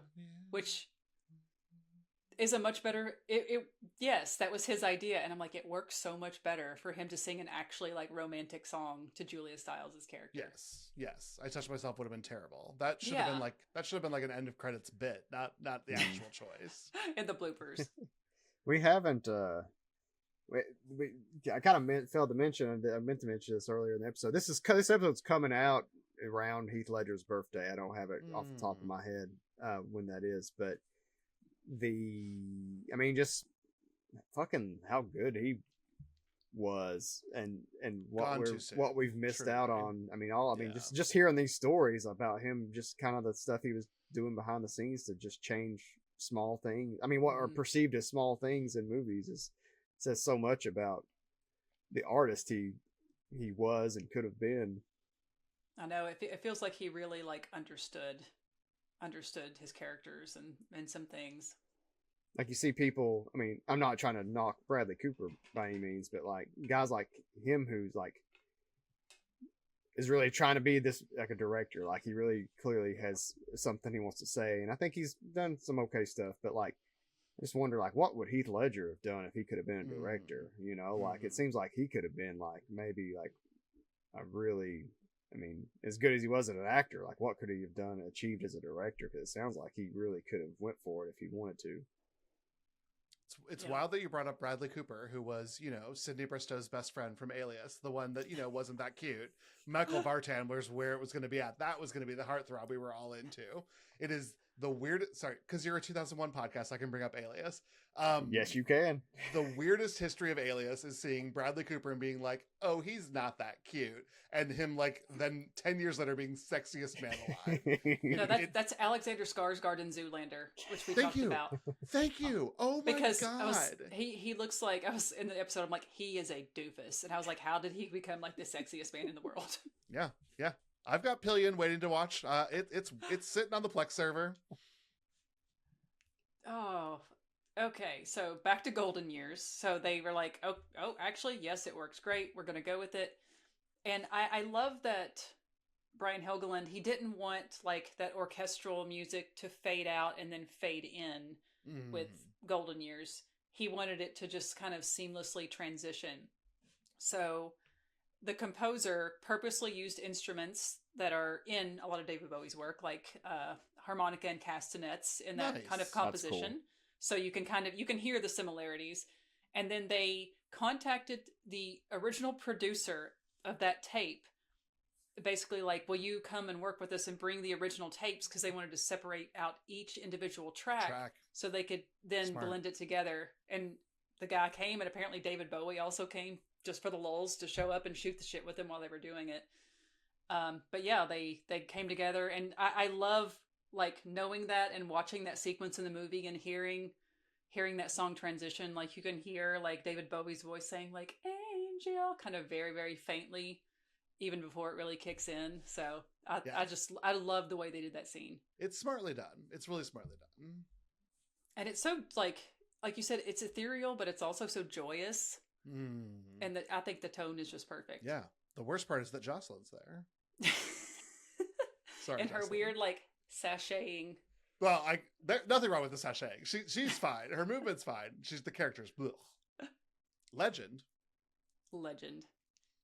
Fun fact, this scene was nominated for the Best Musical Sequence at the MTV Movie Awards that year, but it lost to Elephant Love Song Medley from Moulin Rouge. Well, okay.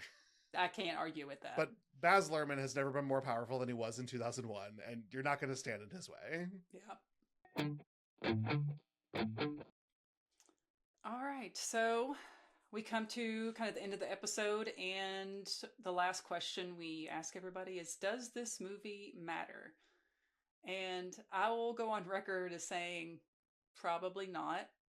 I love this movie. I think it's like a delicious little trifle. You know, it's like when I go to Le Petit Delicat and like get a couple of macaroons, but I'm, you know, it's just a treat. It puts me in a good mood. It wasn't protein. It's not what you needed to survive.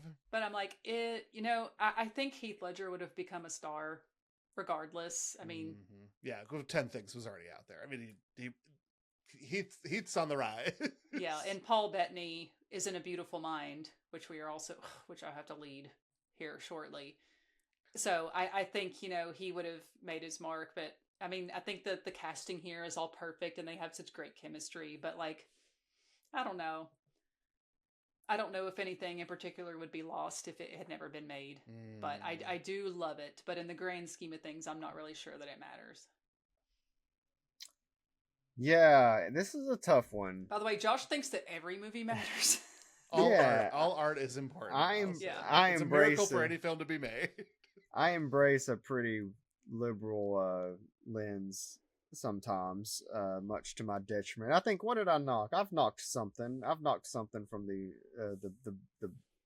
matters podium. It hurts me, but I'm inclined to say it doesn't matter ultimately, just because it doesn't, it's not a star maker. It's not it's a great, I think it's great. I think it's one of the best movies we've covered so far, but at least for me, one of the more fun ones for sure.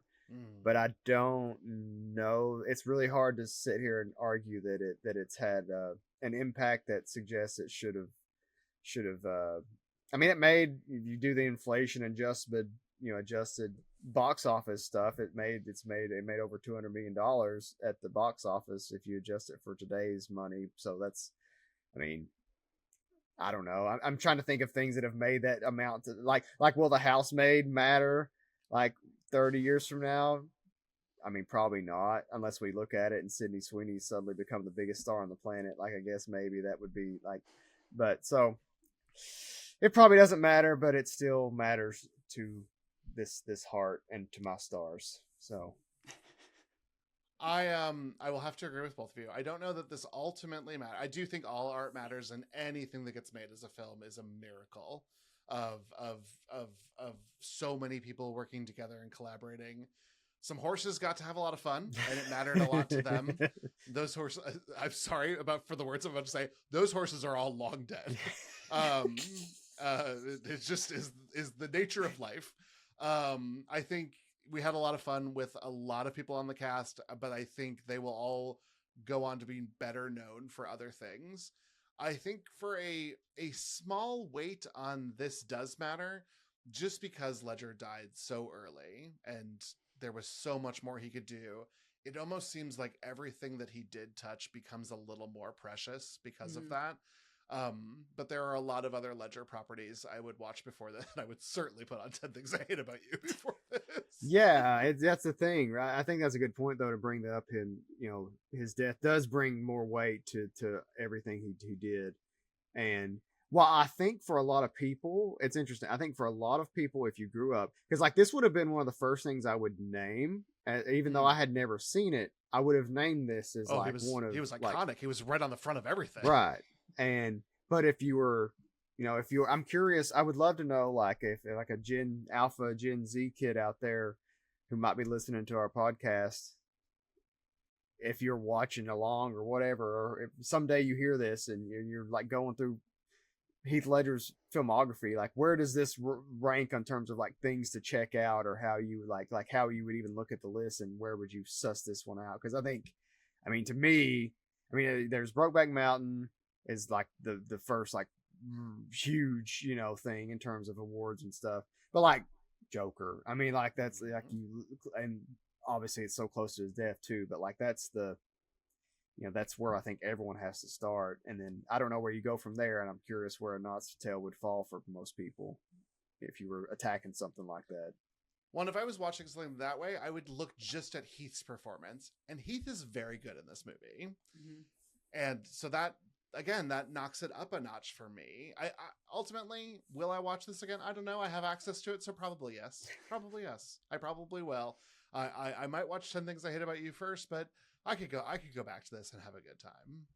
It did for me. I could see it again in my personal. A lot of it's going to be like, again, I was watching this with my son and thought, like, if you like got really obsessed with this movie as like an 8-year-old, like I did with like some stupid Adam Sandler comedy back when I was 8, like, I would be fucking thrilled. Like, that would be so cool. Yeah. Like, if this was a movie he got obsessed with as like, oh, it's a little older for me, I can but Daddy's going to let me watch it with it. Like, there are a lot worse movies that could fall into that camp. So I would be all for that. This is way better than the Minecraft movie, right? It's just probably. I haven't seen the Minecraft movie. Oh, I don't know. You have children. I thought you were required to. Oh. Someday. We watched the Super Mario Brothers movie 3 times this week. Oh wow! Oh my god! That was the first movie. So when he was still in utero, it was the first time he started kicking. Was when me and my wife went and watched that in the theaters. Wow. And he finally watched it again for the first time this week, and now he's wanted to watch it 3 times. Like, we've watched it 3 times, start to finish. And I meant to bring that up in our music segment because that's a movie that fucking pissed me off once I found, because I went to the theater and not knowing anything about the music, and like I hate that it has non-diegetic fucking soundtrack. Like, the songs are fine, like they're good choices, but like I just hate the choice that they have the music in the first place. Like, I hate it. Holding Out for a Hero is perfect in Shrek 2. Belongs in no other films. It has hit its peak. It just feels so weird, and I think it's just because it's Mario. Like, to me, it's like it just doesn't fit right. Like, DK Rap, that was cool. Like, whatever, I can fuck with DK Rap, but DK Rap, bring it on. All right, actually, my favorite joke in the Super Mario movie is when he puts on he gets the little cat suit and he just immediately starts making biscuits. Well, as you do. As the cat lady. I did appreciate that joke. All right, guys. So it's time to hang up our tunics and our lances and ride off into the next episode. Thank you for listening. So links to all of our online hangouts are in the description. If you aren't already, please consider watching us on YouTube and subscribing wherever you'd like. And if you like what you heard, don't forget to rate and review us on Apple, Spotify, Overcast, or whatever podcast app you're using. And if you didn't care for it, then why are you still here? Feel free to move along. Any last thoughts from Josh and David? David, thank you so much for staying up in the middle of the night to join us. What a joy to represent Europe in this travel through Western Europe that we did for this film. I really, really appreciate you having me. I'm a huge fan of the podcast. Like I said, I'm a little jealous that both of you have lived through more episodes than I have available to me, but I'm going to deal with it. I'm okay. You'll catch up. I'll catch up. They'll eventually be released. All right, Josh, any last words? No, I watch this movie. Even though we all kind of fell in the it doesn't matter camp, you should still watch it and let it matter to you. I would say this movie matters to me. Yeah. In the grand scheme of cinema, I'm not so sure it matters. Maybe I should have quantified that. Yeah. When we talk about matters, it's matters culturally to the year 2001 too, because I think it's interesting because I sometimes tackle that question through the lens of like, did it matter in 2001? Like, I think it's a case where it probably mattered more in 2001 just by the nature of how much money, kind of culturally how big it was, and now it's like something you look at and think, it was a movie. But that's something I would love to bring back personally, but we're just the train's out of the station on that one. Okay. Or the horse is out of the barn, I guess. Would be more the horse is out of the barn. Nice. Making a move. That flag just got flown. All right, stay tuned for next week where Slate gonna give it to you with the DMX starring action comedy Exit Wounds, which I have never seen. Well, what a lucky person you are today, and we'll see if we can say that next week, Alice. You're gonna see it. I found it for like $3 at Half Price Books, so I just went ahead and bought it. Wow, what an overpayment that you just made. Yeah, I'm gonna see if I still have my sticker on it. I've got my copy right here. I bought it for $1 at Half Price Books, and that was the appropriate price, is how I would put it. Sorry, Slade. I don't mean to trash something that you picked out of the draft, and so I'll just say legend. It's okay. He's gonna hate so much. The last episode we're doing is Fellowship of the Ring, which is I can't tell you how I cannot wait to get to. If we're going to talk about it for 4 hours, Josh. Yeah. Oh my gosh. Oh, David. He's going to hate every second of it. That's something you'll have to come back for, David, because we have some grandiose plans for the Lord of the Rings, because it is going to be our last episode. So. I have a great Lord of the Rings story, so I'll at least send that in as a clip, because what a time in my life that I saw Lord of the Rings. Can't wait. Yeah, we want to. Yeah, we've got some big ideas for Lord of the Rings. So yeah. Yeah, Exit Wounds. I watched it last night, and there are things I like about it. There are things I want to love about it. But it's a rough watch. Yeah. Yeah. Can't wait. There's a good credit sequence, Allison. It's honestly probably the best part of the movie is the credits. Yeah. And not because it's credits. That's how you know the movie's over. That's what I was going for, Josh. Thank you. Oh, all right. Thanks for listening. See y'all next time. Bye. Oh wait, did we want to let David plug his shit? Let's. Oh yeah. let me plug my Fongus with your pods. Fonging you with my pods. Yeah. So thank you so much for having. Thank you so much for having me. You can find me online almost anywhere as Dmuma. That's DMUMA. And I am the host or co-host on a few different podcasts, so just buckle in for a hot minute. I'm the host on a podcast called Are You My Mother, where we look at mother characters in media. Knight's Tale, not applicable. Footage not found. Josh has been on. He talked about Trini Kwan, the original Yellow Ranger from the Power Rangers, but we have done all sorts of moms. So if you like actual representations of motherhood, we've even talked about people who are moms who aren't women. So check out the backlog. I talked about Birdcage when I talked about Great Movie. We talked about Albert from the Birdcage, an excellent mom. You've had Marilee on before, so you know that Fear Coded is a podcast that I do with Marilee and Tyler, where we talk about horror media. I don't like horror media, but I edit the podcast. So no, I've actually learned to love it a lot. They've brought me into it. With my buddy Derek, we talk about high concept, experimental, structure breaking gimmick episodes of TV. We've done Pee-wee's Playhouse. We've talked about Frasier. We've really done it all. Anytime there's a weird episode, like they're all singing or it's black and white. And then last but not least, just because we talked about it, because Josh's kid demanded it, I have been invited to co-host the Super Mario Moment podcast.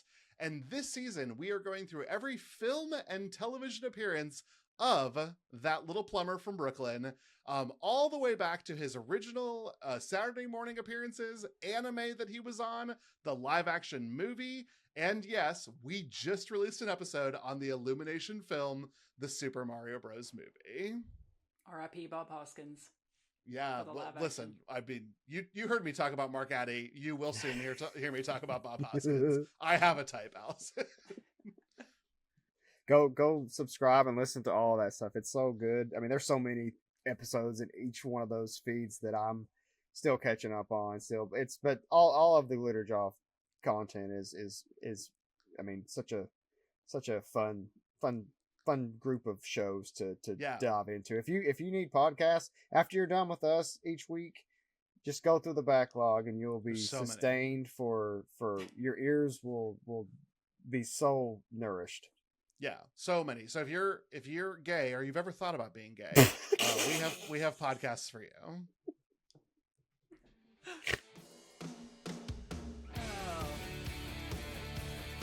Do we say bye now? Bye! All right, see ya. And we're done. Smell you later. What a 2001 thing to say.